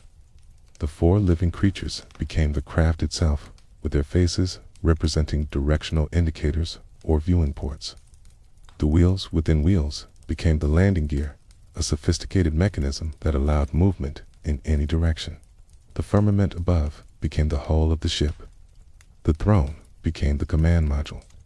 The figure upon the throne became the pilot, an alien visitor dressed in a spacesuit that glowed with metallic radiance. This reading stripped away millennia of theological interpretation and replaced it with a technological framework drawn from mid-20th century science fiction. It was provocative, imaginative, and deeply appealing to a generation raised on space exploration and the possibility of life beyond Earth. If human beings could travel to the moon, could not other beings have traveled to Earth in the distant past? If we could build rockets and spacecraft, could not a more advanced civilization have built something far more sophisticated? Von Däniken's questions seemed reasonable to readers who had lost faith in traditional religious explanations but still yearned for wonder and transcendence. The hypothesis gained unexpected credibility when a NASA engineer named Joseph Blumrich decided to debunk it. Blumrich had worked on the design of the Saturn V rocket and held patents for various aerospace technologies. He approached Ezekiel's text with the intention of demonstrating that it could not possibly describe a spacecraft. Instead, he became convinced that it did. His 1974 book, The Spaceships of Ezekiel, presented detailed technical drawings of what he believed the prophet had witnessed. The wheels became omnidirectional helicopter rotors. The living creatures became the mechanical housings for these rotors. The entire structure became a landing module that could detach from a larger mothership. Blumrich's analysis was meticulous. He calculated dimensions and thrust requirements. He explained how the wheel-within-wheel design would allow movement in any direction without the need for turning. He described the eyes on the rims as sensors or lights. He interpreted the straight legs with calf-like feet as hydraulic landing struts. Every strange detail in Ezekiel's account found a technological explanation in Blumrich's reconstruction. The result was a fully realized spacecraft design, complete enough that Blumrich received a patent for a wheel mechanism inspired by his analysis of the biblical text. The ancient astronaut interpretation of Ezekiel's vision has several elements in its favor. First, it takes the strangeness of the text seriously. Many traditional interpretations tend to domesticate the vision, smooth over its weirdness by explaining it entirely in terms of familiar religious symbols. The ancient astronaut reading refuses this domestication. It insists that Ezekiel saw something genuinely extraordinary, something that exceeded his conceptual categories, something he could only describe through approximation and analogy. This insistence on strangeness is valuable, even if the ultimate explanation offered is problematic. Second, the interpretation highlights the mechanical quality of parts of the vision. The wheels really do seem to operate according to some kind of systematic principle. They move when the creatures move. They rise when the creatures rise. They have rims and spokes and something like eyes distributed around their circumference. Ezekiel describes them in terms that suggest observation of actual functioning mechanisms, not merely symbolic imagination. The ancient astronaut theorists are not wrong to notice this mechanical quality, even if they draw questionable conclusions from it.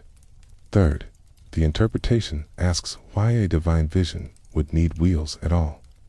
If God is omnipresent, if the cherubim are spiritual beings, why would transportation be necessary? Why would the throne require a vehicle? These are legitimate questions, and traditional theology has sometimes struggled to answer them satisfactorily. The ancient astronaut hypothesis offers a simple answer. The wheels were functional technology, acquired because the beings Ezekiel encountered were physical entities who needed physical means of locomotion. The answer may be wrong, but the question it addresses is real. However, the ancient astronaut interpretation also has serious weaknesses that must be acknowledged.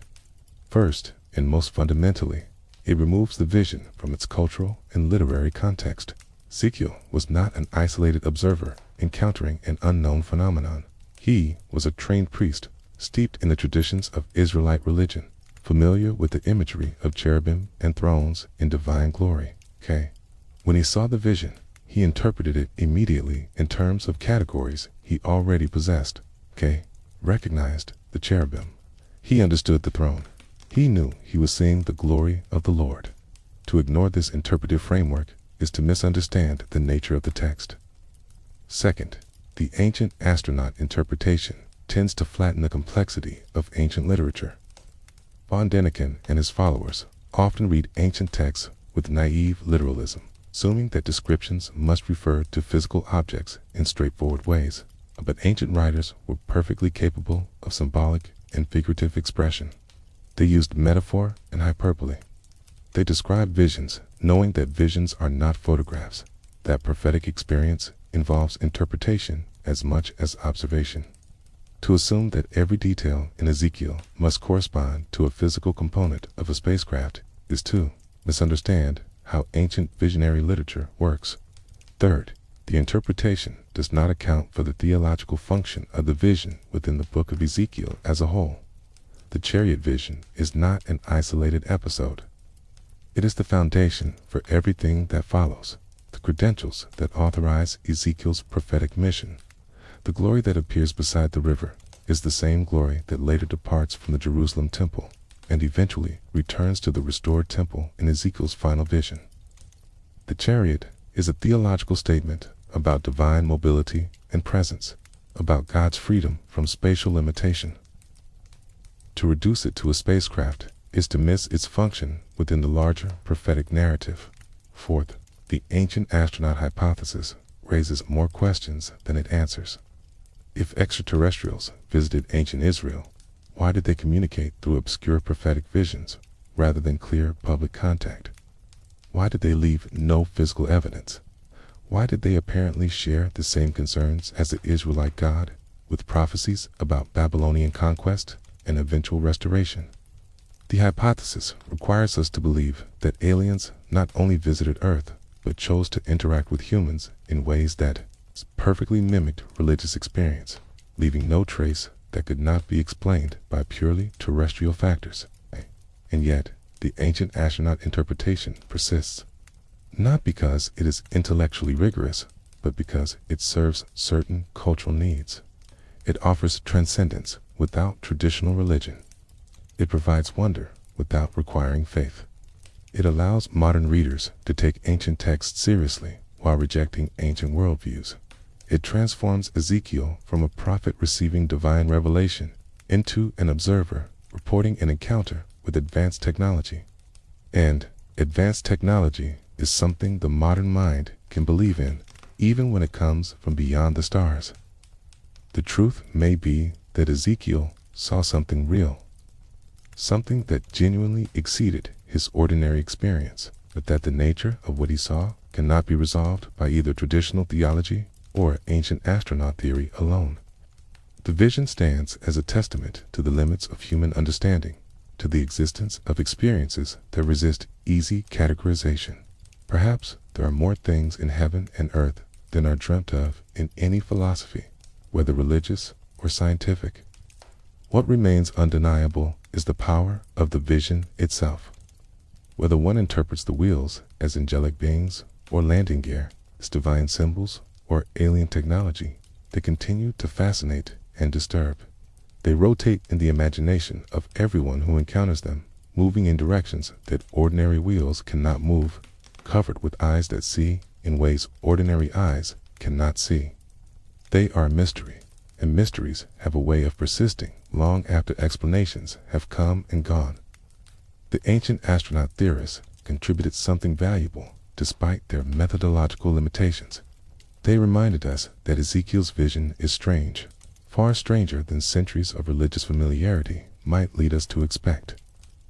They insisted that the text describes something extraordinary, something that pushes against the boundaries of normal experience.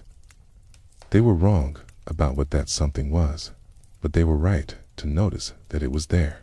The wheels within wheels keep turning, and their meaning remains unfixed, open to interpretation, inviting each generation to look again and wonder what the prophets saw beside the river in Babylon so many centuries ago. Blumerich's spacecraft design remains one of the most detailed attempts to reconstruct Ezekiel's vision in physical terms.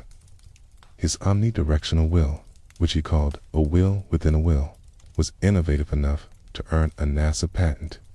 The design allowed for movement in any direction without the need for the entire vehicle to rotate, which is precisely what Ezekiel describes when he says the wheels did not turn as they moved. Blumrich saw this as evidence that the prophet was describing real engineering, not symbolic fantasy. The correspondence between ancient description and modern design seemed too close to be coincidental. Yet, even Blumrich's technical analysis required significant interpretation. He had to decide which details were literal and which were figurative. The eyes on the rims became sensors. But why would sensors look like eyes to an ancient observer? The living creatures became mechanical housings. But why would Ezekiel describe them as having faces and wings? The fire and lightning became propulsion effects. But why would advanced spacecraft need visible combustion? At every point, Blumrich made choices about how to translate the prophetic vocabulary into engineering specifications. And each choice reflected his assumptions about what Ezekiel could and could not have understood. The television series Ancient Aliens, which began airing in 2009, brought the ancient astronaut hypothesis to a new generation of viewers. Ezekiel's vision features prominently in multiple episodes, presented alongside other biblical passages that allegedly describe extraterrestrial encounters. The show's approach is more sensational than scholarly, emphasizing dramatic possibilities over careful analysis. But its popularity demonstrates the enduring appeal of the idea that ancient texts might contain evidence of contact with non-human intelligences. Scientists and scholars have generally rejected the ancient astronaut hypothesis as pseudoscience. It violates the principle of parsimony by positing extraordinary explanations when ordinary ones suffice. It misreads ancient texts by ignoring their literary conventions and cultural contexts. It treats absence of evidence as evidence of mystery rather than evidence of absence. And it often relies on the assumption that ancient peoples were incapable of sophisticated thought or impressive achievements without outside help. An assumption that many critics have noted carries troubling implications. But the hypothesis persists because it addresses a genuine human need to find meaning and wonder in a universe that often seems indifferent to human concerns. Traditional religion once provided this sense of cosmic significance, the assurance that human beings were not alone, that greater powers took interest in earthly affairs. For those who can no longer accept traditional religious frameworks, the ancient astronaut hypothesis offers an alternative source of wonder. The aliens replace the angels. The spacecraft replaces the chariot. Technology replaces the theology, but the underlying function remains the same: to locate human existence within a larger story that gives it meaning. Ezekiel's vision continues to serve this function, whether interpreted through religious or technological lenses. It insists that there is more to reality than meets the ordinary eye, that the heavens can open, that strange and powerful beings can appear beside forgotten rivers and change human lives forever. The details matter less than the sense of encounter, the conviction that the prophet experienced something real, something transformative, something that the rest of us can only approach through his words and our imaginations. The ancient astronaut theorists got the details wrong, but they understood the pull of the mystery. They recognized that Ezekiel's vision belongs to those rare human experiences that refuse to be fully explained, that continue to generate interpretation precisely because they exceed every interpretation offered. The wheels keep turning, the eyes keep watching, and the question of what Ezekiel really saw remains gloriously, frustratingly, enduringly open. Long before Erich von Däniken proposed his spacecraft theory, long before the age of science fiction and space exploration, Ezekiel's vision had already generated centuries of interpretation within the religious traditions that claimed the prophet as their own. Jewish mystics, Christian theologians, and Islamic scholars had all grappled with the wheels within wheels, the four living creatures, the throne above the firmament. Their readings were not technological, but theological, and they remain the most sustained and sophisticated attempts to understand what Ezekiel witnessed beside the River Chebar. In Jewish tradition, Ezekiel's vision gave rise to an entire school of mystical speculation known as Merkabah mysticism. The Hebrew word Merkabah means chariot, and the chariot throne of God became the central focus of contemplative practice that spanned many centuries. The earliest Merkabah mystics may have been active as early as the Second Temple period, and their influence extended through the Rabbinic era and into the medieval development of Kabbalah. For these mystics, Ezekiel's vision was not merely a historical event to be studied, but a living reality to be experienced. The Merkabah traditions were considered dangerous. The Talmud records that 4 rabbis entered the parts, the mystical garden or orchard, presumably through meditation on the chariot. Of the 4, only Rabbi Akiva emerged unharmed. 1 died, 1 went mad, and 1 became a heretic. This cautionary tale reflects the rabbinic conviction that the chariot vision was not for everyone, that approaching the divine throne without adequate preparation could lead to spiritual destruction. Young students were forbidden from studying Ezekiel's opening chapter, and even mature scholars were advised to approach it only with great care. What made the Merkabah so dangerous? The mystics believed that through intense concentration and proper spiritual preparation, a human being could ascend through the heavenly realms, passing through 7 celestial palaces or heikalot, till arriving at the throne of glory itself. This was not metaphorical ascent, but something experienced as real travel through cosmic geography. The journeyer would encounter angelic guardians at each level, beings who would demand passwords and signs before allowing passage. The throne was protected by layer upon layer of celestial security, and only the worthy could hope to penetrate to the innermost chamber. The literature that emerged from these practices is often called High-Kalat literature, contains vivid descriptions of the heavenly realms. The angels are described in overwhelming terms, thousands upon thousands of them, singing praises before the throne. The throne itself blazes with fire and is surrounded by rivers of flame. The chariot wheels rotate ceaselessly, their movement generating the cosmic order. The seraphim and cherubim attend the divine presence, their voices shaking the foundations of heaven.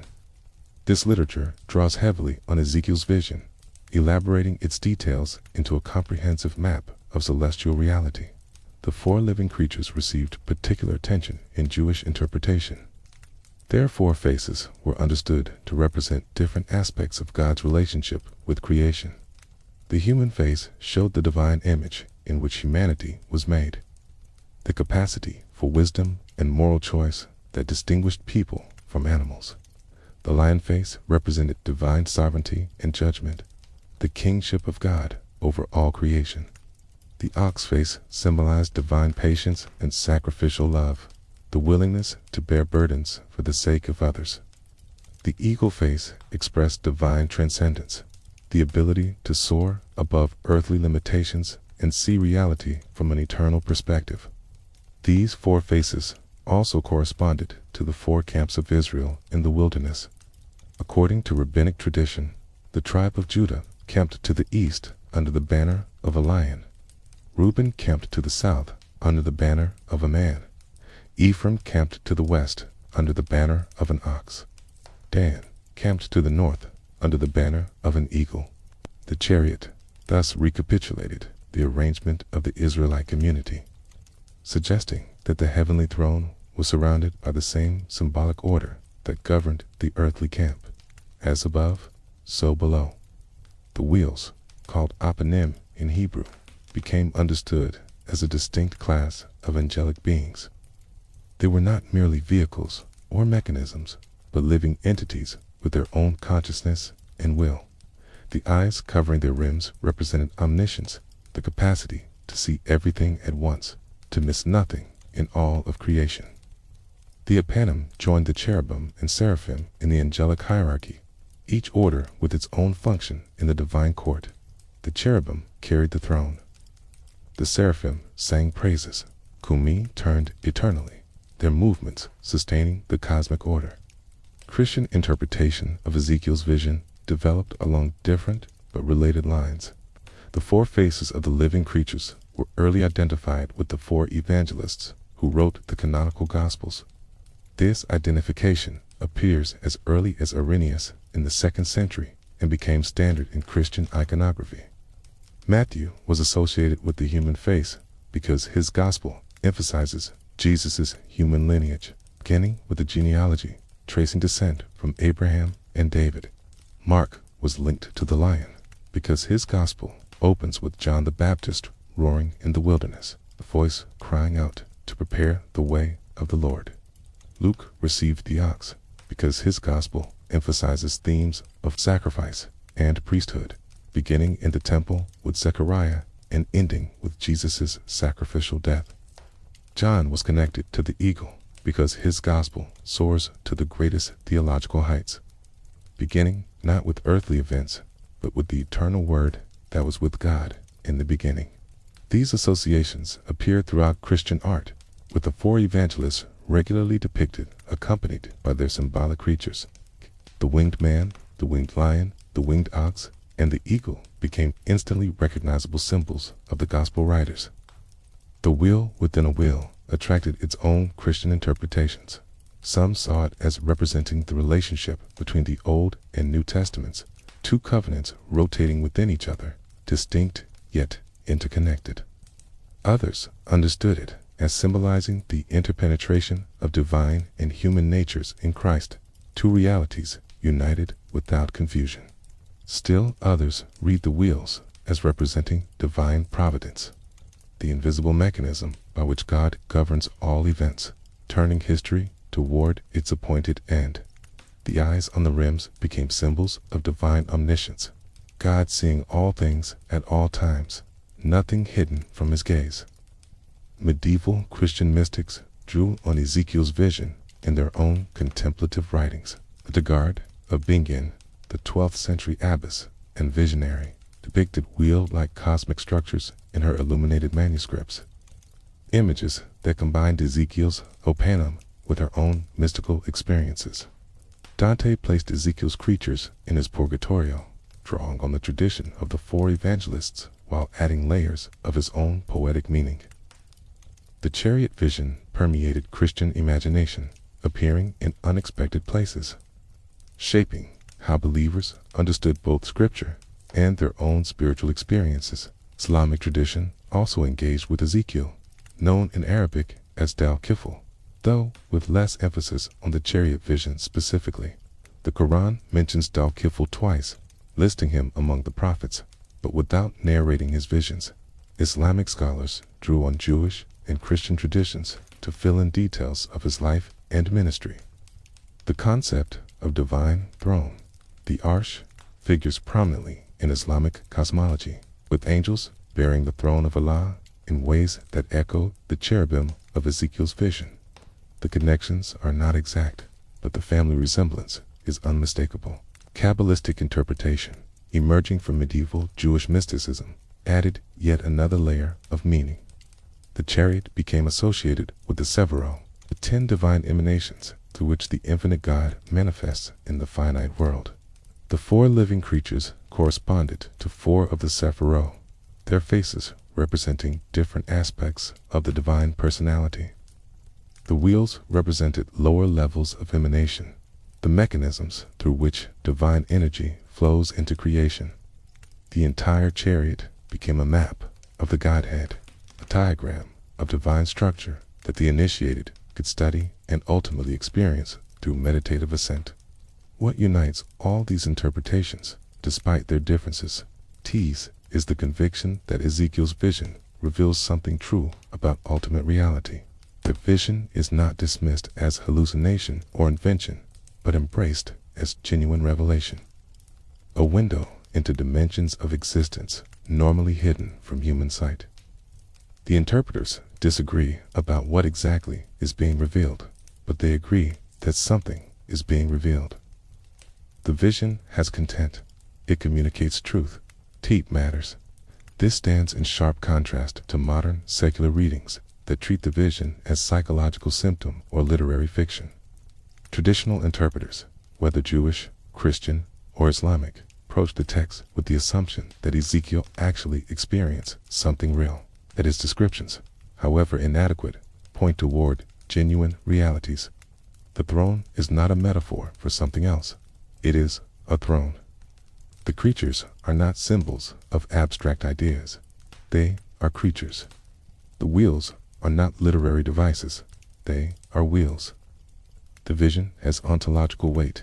This weight has sustained millennia of meditation, prayer, and contemplation. Mystics have built their spiritual practices around Ezekiel's images. Theologians have constructed their doctrines with the chariot in mind.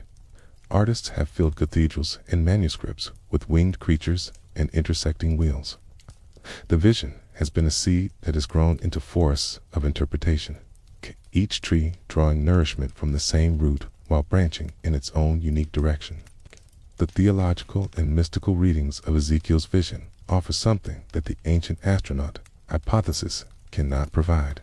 They offer a framework for meaning, a way of connecting human existence to realities that transcend the material universe. They offer practices for engaging with the vision, disciplines of prayer and meditation that allow the practitioner to move from reading about the chariot to experiencing something of its reality.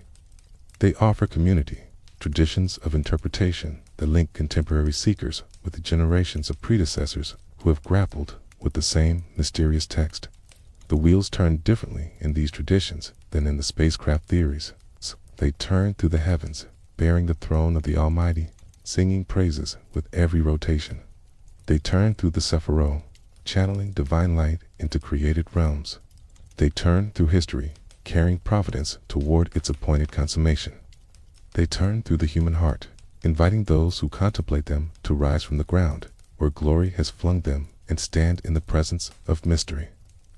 Ezekiel's vision belongs to those who approach it with reverence, who recognize that some realities exceed human comprehension, are willing to fall on their faces before glory, and then, when commanded, to rise and receive their commission. The mystics knew this. The theologians knew this. The traditions that have preserved and transmitted the vision through centuries of reading and rereading knew this. The wheels are still turning, and they invite us to turn with them. The Zohar, the foundational text of Kabbalah composed in medieval Spain, devotes considerable attention to the mysteries of the chariot. It describes the cherubim as aspects of divine love, their faces turning toward each other like lovers, their wings intertwined in eternal embrace. The throne above them represents the Shekinah, the divine presence that dwells with Israel even in exile. When Israel sinned, the Zohar teaches, the cherubim turned their faces away from each other. And when Israel returns to righteousness, they turn toward each other again. The chariot becomes a barometer of cosmic harmony, its configuration reflecting the state of the relationship between God and creation. Christian mystics of the Eastern Orthodox tradition developed their own rich engagement with Ezekiel's vision. The icon of Christ in majesty, found in countless churches from Constantinople to Moscow, depicts Christ enthroned and surrounded by the four living creatures, their forms taken directly from Ezekiel and Revelation. The icon is not merely decoration, but theology in visual form. A statement about the nature of Christ as cosmic ruler, attended by the highest angelic powers. To venerate the icon is to acknowledge the reality it represents, to bow before the throne glimpsed by the prophet and described in sacred scripture. The Rhineland mystics of the medieval West, including Meister Eckhart and his disciples, found in the chariot vision a template for the soul's journey toward God. The wheels represented the movements of the will toward divine union. The creatures represented the faculties of the soul aligned with divine purpose. The throne represented the ground of the soul, that innermost point where the human and divine meet in perfect stillness. To meditate on the chariot was to map one's own interior geography, to discover within oneself the same structures that Ezekiel beheld in his external vision. These interpretive traditions continue into the present day. Contemporary Jewish mystics still study the Merkabah texts, still practice forms of meditation aimed at ascending through the heavenly palaces. Contemporary Christians still see the four creatures as symbols of the evangelists, still recognize them in the stained glass windows and carved capitals of their churches. The vision has not lost its power to inspire, to challenge, to invite seekers into deeper engagement with realities that exceed ordinary perception. What the theological and mystical traditions understand, and what purely secular or technological interpretations often miss, is that Ezekiel's vision functions as revelation. It does not merely describe a strange experience. It discloses something about the nature of reality, about the character of God, about the possibility of human encounter with the divine. The vision has a message, and the message is inseparable from the form in which it arrives. The wheels and creatures and throne are not incidental packaging for some abstract content that could be expressed differently. They are the content, or at least inseparable from it. To encounter the vision properly is to be changed by it, to find oneself prostrate before glory, to hear a voice calling one to rise and receive a mission.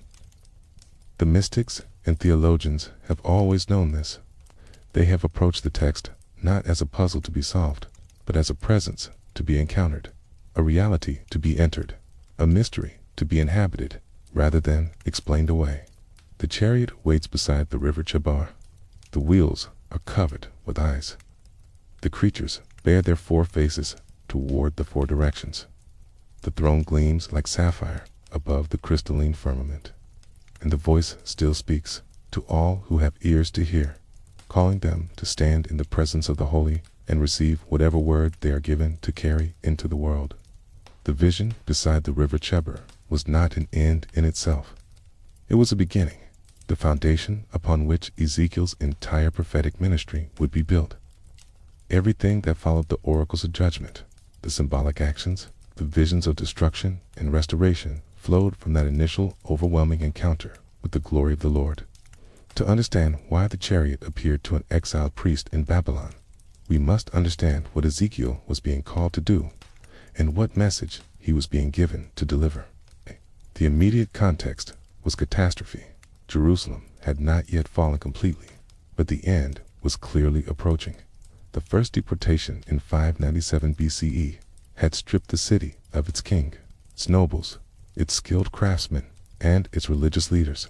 Ezekiel was among this first wave of exiles, torn from his homeland and settled in a foreign territory where everything familiar had been replaced by strangeness.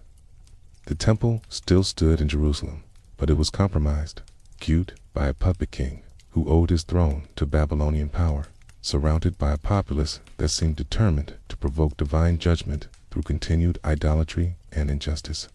The exiles in Babylon faced a theological crisis as severe as their political displacement.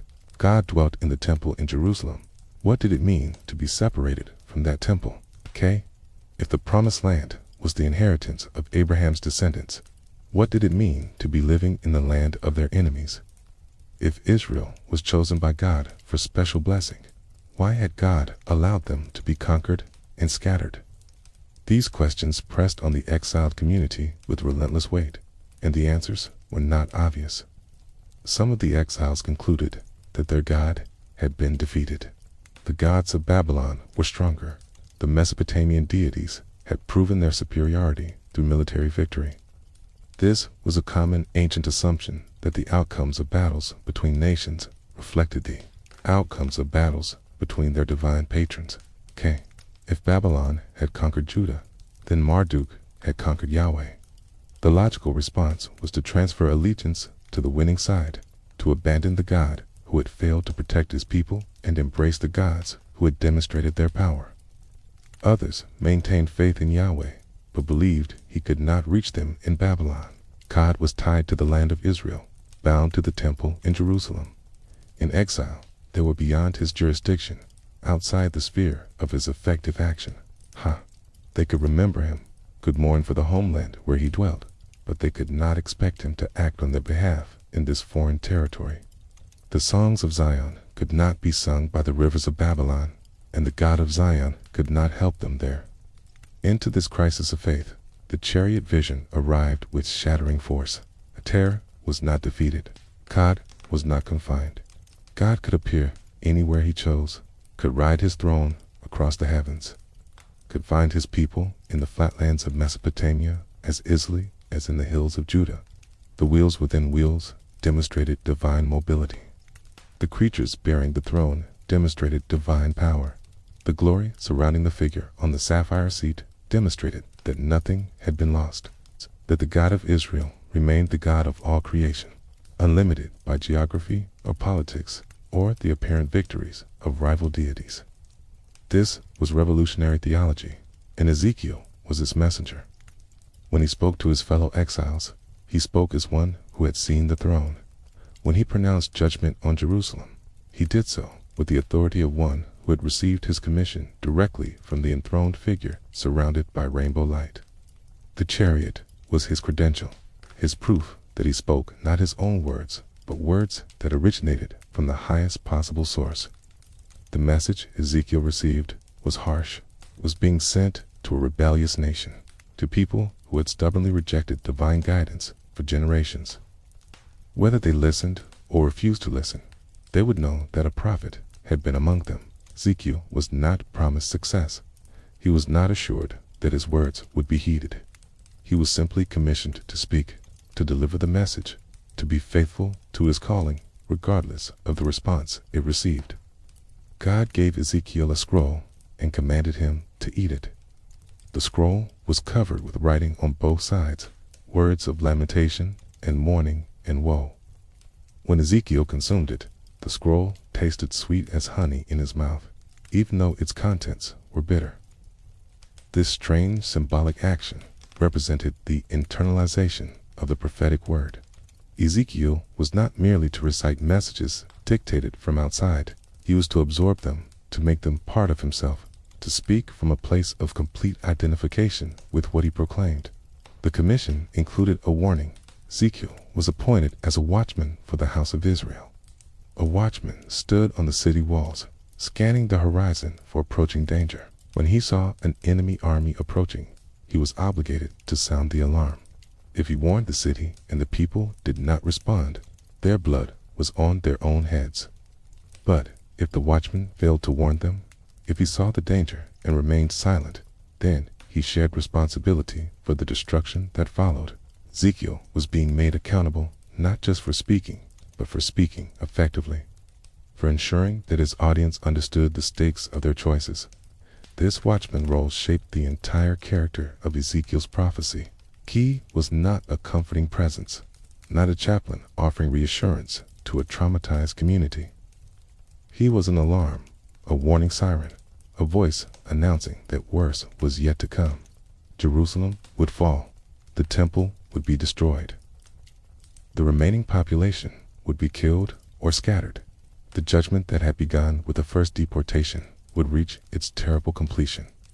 None of this was arbitrary or accidental. It was the consequence of centuries of covenant violation, of persistent idolatry and injustice, of a people who had been given every opportunity to return to their God and had refused. Ezekiel enacted his prophecies as well as speaking them. He lay on his side for extended periods, sparing the iniquity of Israel and Judah. He shaved his head and beard, dividing the hair into portions that represented different fates, awaiting the people of Jerusalem fire, sword, and scattering to the winds. He packed a bag and dug through the wall of his house at night, dramatizing the experience of those who would flee the doomed city.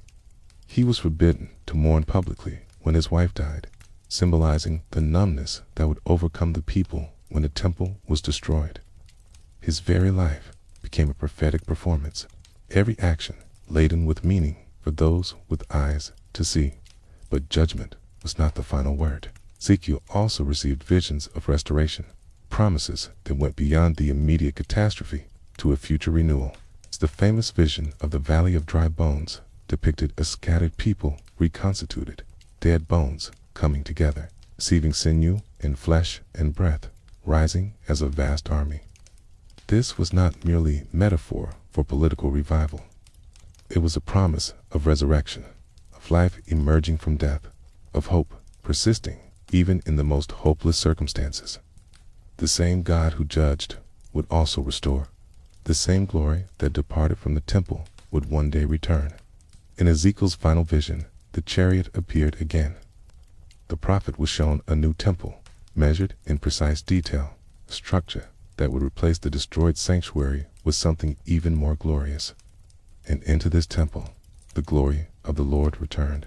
Ezekiel saw the chariot coming from the east, the same chariot he had first witnessed by the River Chebar, the same living creatures and wheels and thrones.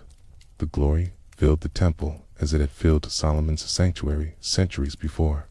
The departure was not permanent. The exile would end. God would dwell with his people again. This arc, from judgment to restoration, gives Ezekiel's prophecy its distinctive shape. The chariot vision at the beginning establishes that God is mobile, capable of leaving Jerusalem when his presence is no longer honored there. The departure of the glory in the middle of the book shows this mobility in action, the chariot rising from the temple and moving eastward, abandoning the city to its fate. The return of the glory at the end completes the cycle, demonstrating that departure is not abandonment, that judgment serves restoration, that the wheels that carried the throne away can also bring it back. The exiles needed this message desperately. They needed to know that their present suffering was not meaningless, that it fit within a larger story that was not yet finished. They needed to know that the God who seemed absent was actually present, watching, judging, but also preparing a future that would exceed anything they could imagine. The chariot vision made all of this possible. It demonstrated divine mobility and divine sovereignty. Okay? It showed that God was not bound by human expectations or human geography. It authorized a prophet whose words would guide a community through its darkest years and point them toward a dawn they could not yet see. Ezekiel died in Babylon, never returning to the homeland he had been forced to leave. But his words outlived him, carried by the community he had served, preserved through the generations, eventually included in the canon of sacred scripture that would shape 3 major world religions. The vision by the River Chebar became part of humanity's permanent spiritual inheritance, a window into dimensions of reality that remain as mysterious and compelling today as they were 26 centuries ago. The chariot had done its work. It had appeared to a priest without a temple and shown him that temples were not necessary, that divine presence could travel, that glory was mobile. It had commissioned a prophet and equipped him for a ministry of warning and promise. It had transformed a local cult into a universal faith, demonstrating that the God of Israel was the God of all places and all peoples. The wheels had turned, and in their turning, they had changed the world. Ezekiel's prophecy stands as testimony to what he witnessed and what he was called to proclaim. The living creatures still bear their 4 faces. The wheels still intersect at right angles, covered with watching eyes. The throne still gleams above the firmament, occupied by a figure of fire and amber light. And the voice still speaks to all who find themselves in exile, to all who wonder if God can reach them in their distant places, to all who need to hear that the glory has not departed forever and that restoration awaits on the far side of judgment. The watchman has sounded his alarm. The message has been delivered. The chariot continues its endless circuit through the heavens, available to appear wherever and whenever the Spirit wills, bearing the presence of the Holy One to the ends of the earth and beyond. The broader message of Ezekiel's prophecy, grounded in the chariot vision, will prove essential not only for the immediate community of exiles, but for all subsequent generations who would find themselves displaced, marginalized, or wondering if God had forgotten them.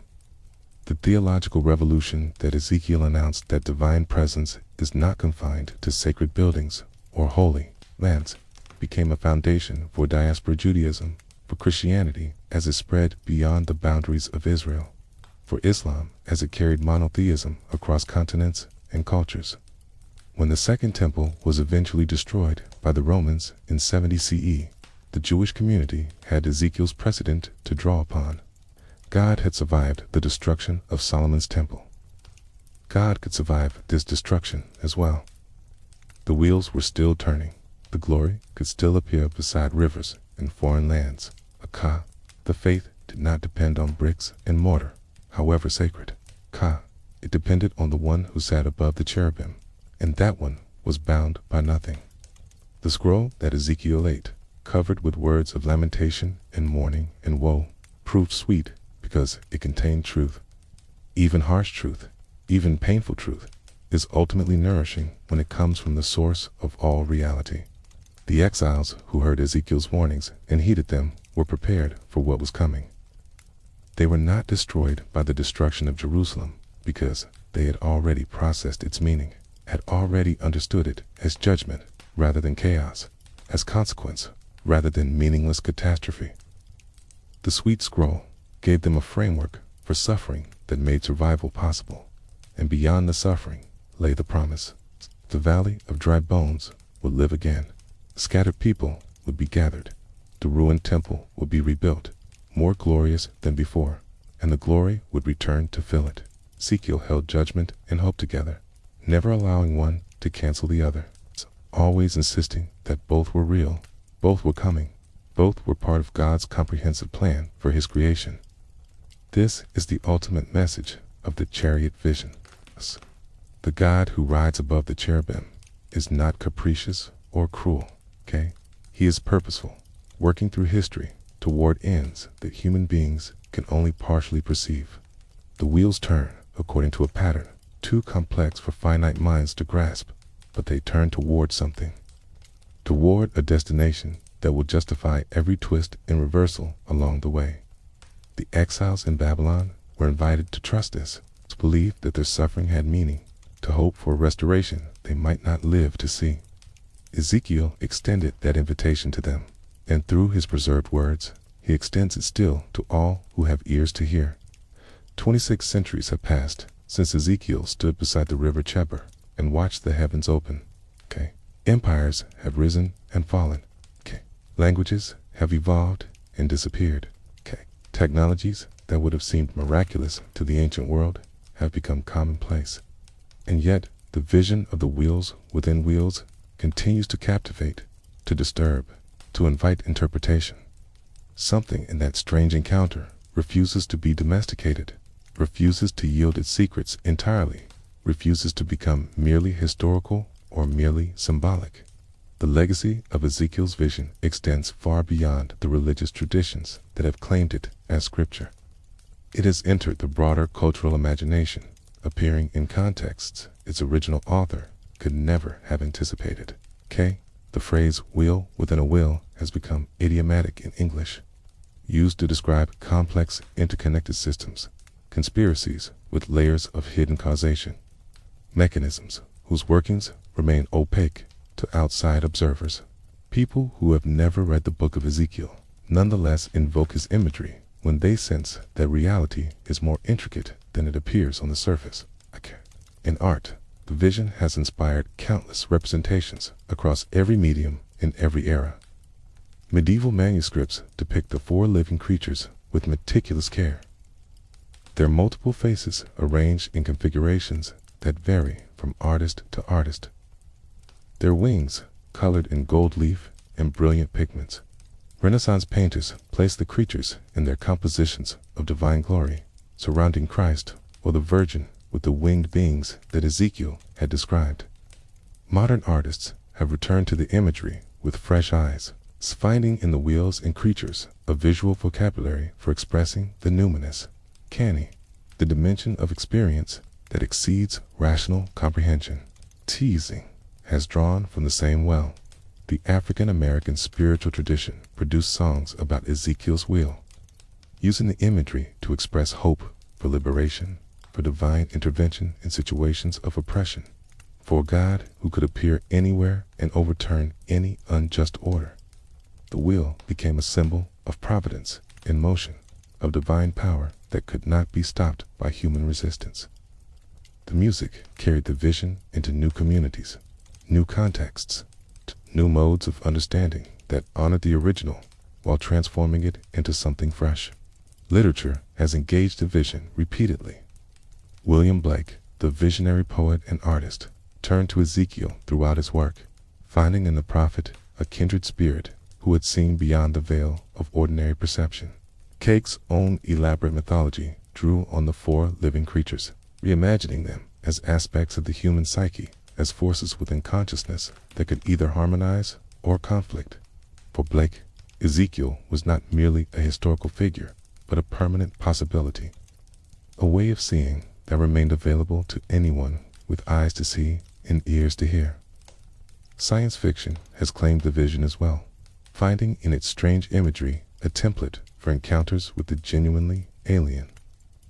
Writers describing first contact with extraterrestrial intelligence have drawn on Ezekiel's language, recognizing that his struggle to describe the indescribable mirrors the challenge any human would face when confronting something truly beyond familiar categories.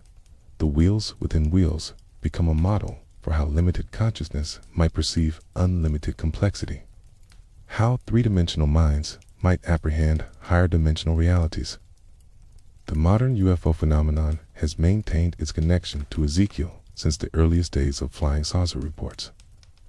When Kenneth Arnold described unusual objects near Mount Rainier in 1947, he compared their movement to saucers skipping across water, but subsequent observers have often reached for Ezekiel's imagery instead, describing craft with multiple rotating components, with lights that seemed like eyes, with movements that defied conventional physics.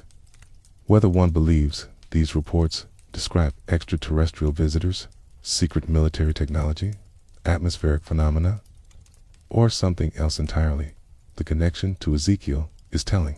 This vision has become a cultural touchstone for the experience of encountering something that exceeds normal explanation. Popular culture has absorbed the imagery in ways both reverent and irreverent.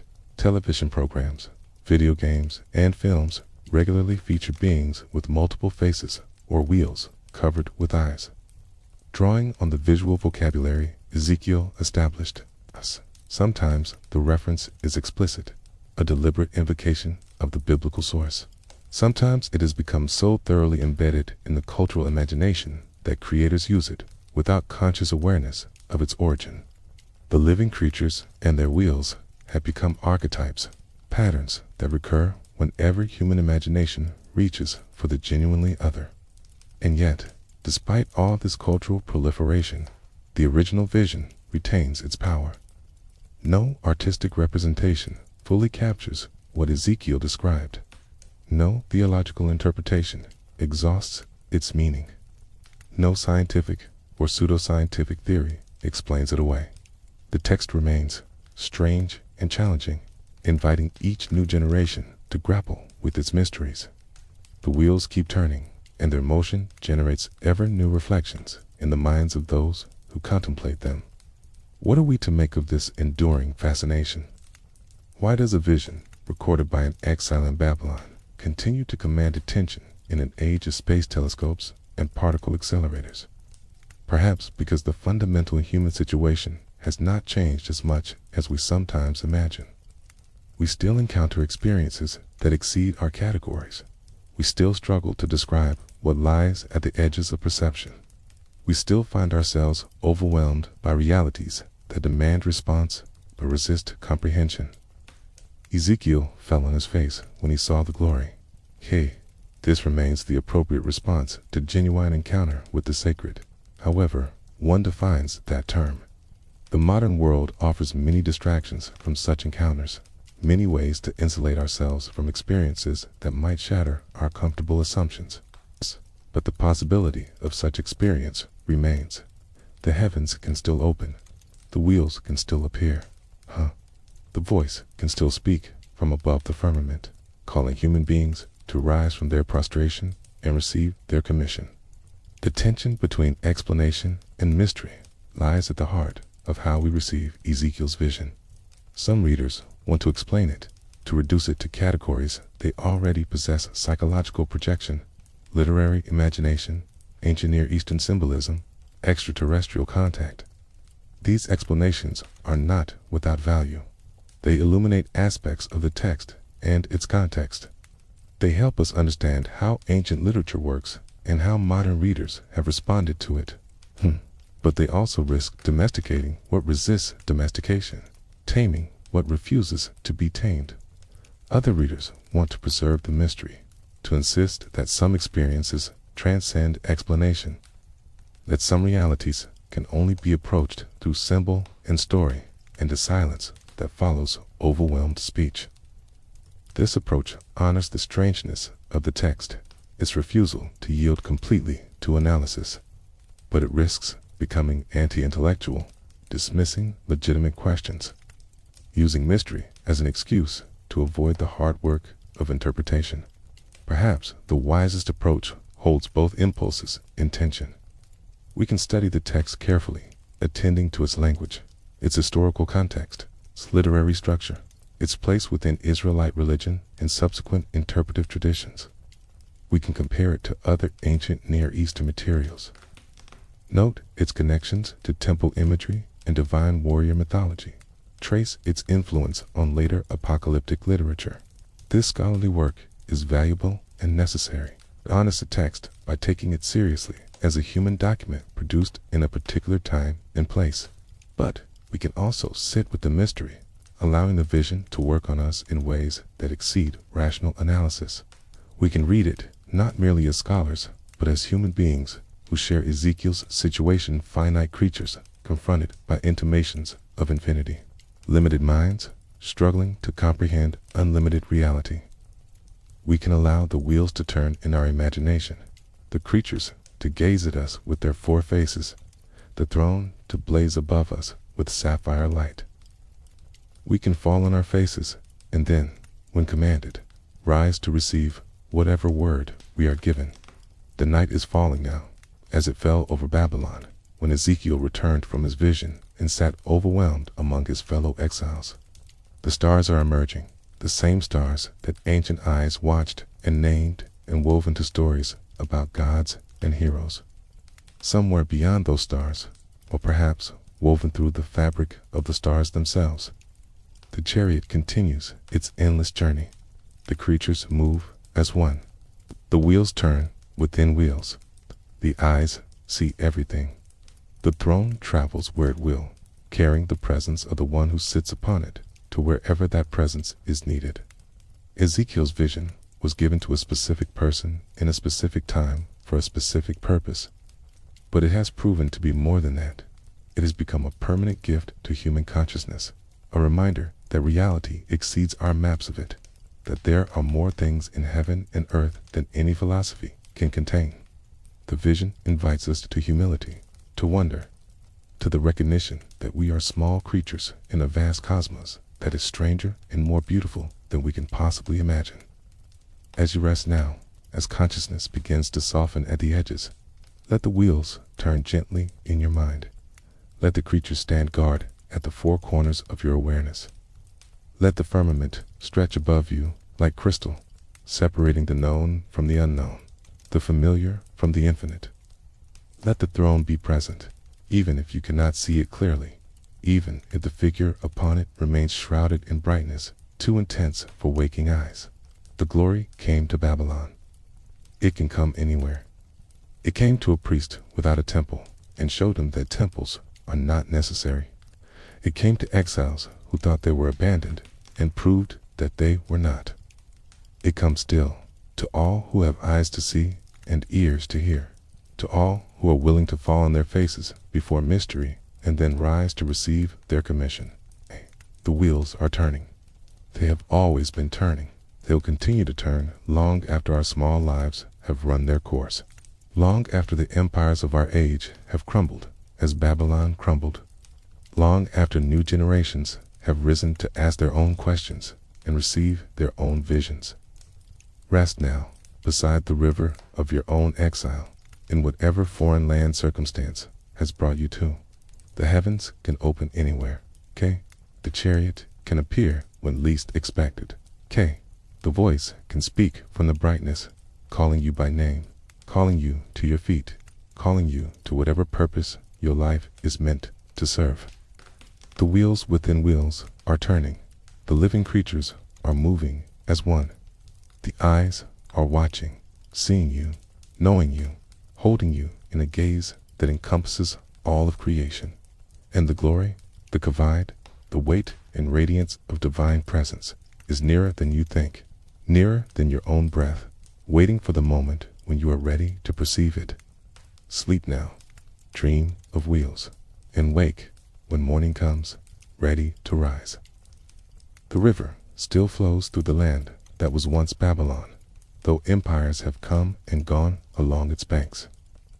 The place where Ezekiel stood has been covered and uncovered by the sands of centuries, lost and found, and lost again in the endless shuffling of human memory. But the vision he received there has never been lost.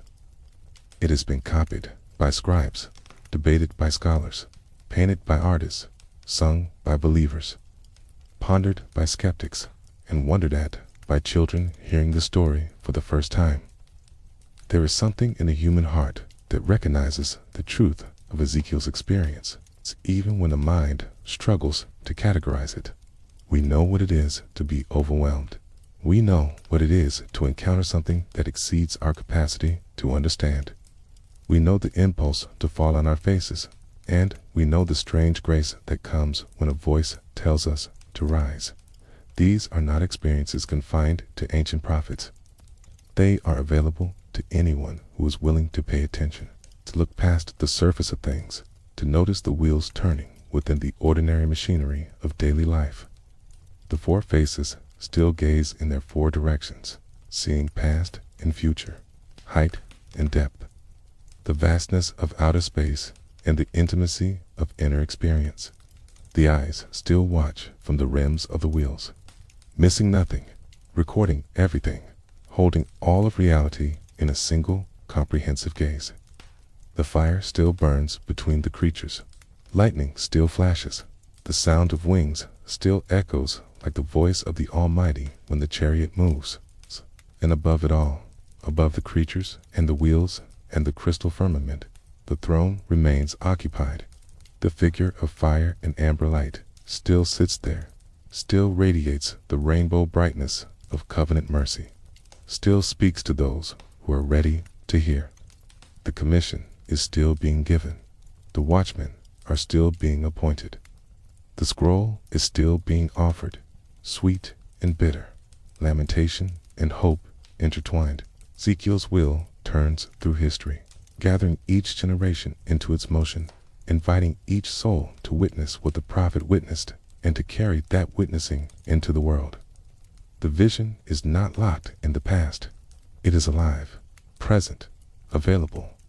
The heavens opened once beside a river in Babylon, and they have never fully closed. Let the wheel carry you now into rest, into the deep places where dreams are born and mysteries are preserved. Let the creatures stand watch over your sleeping. Let the glory hover near, gentle now, no longer overwhelming, but sheltering, protective, a presence that guards the threshold between waking and sleep. The morning will come, as it always does, and when it comes, you will rise, as Ezekiel rose, to face whatever the day brings. But for now, rest. The wheels are turning. The glory is near.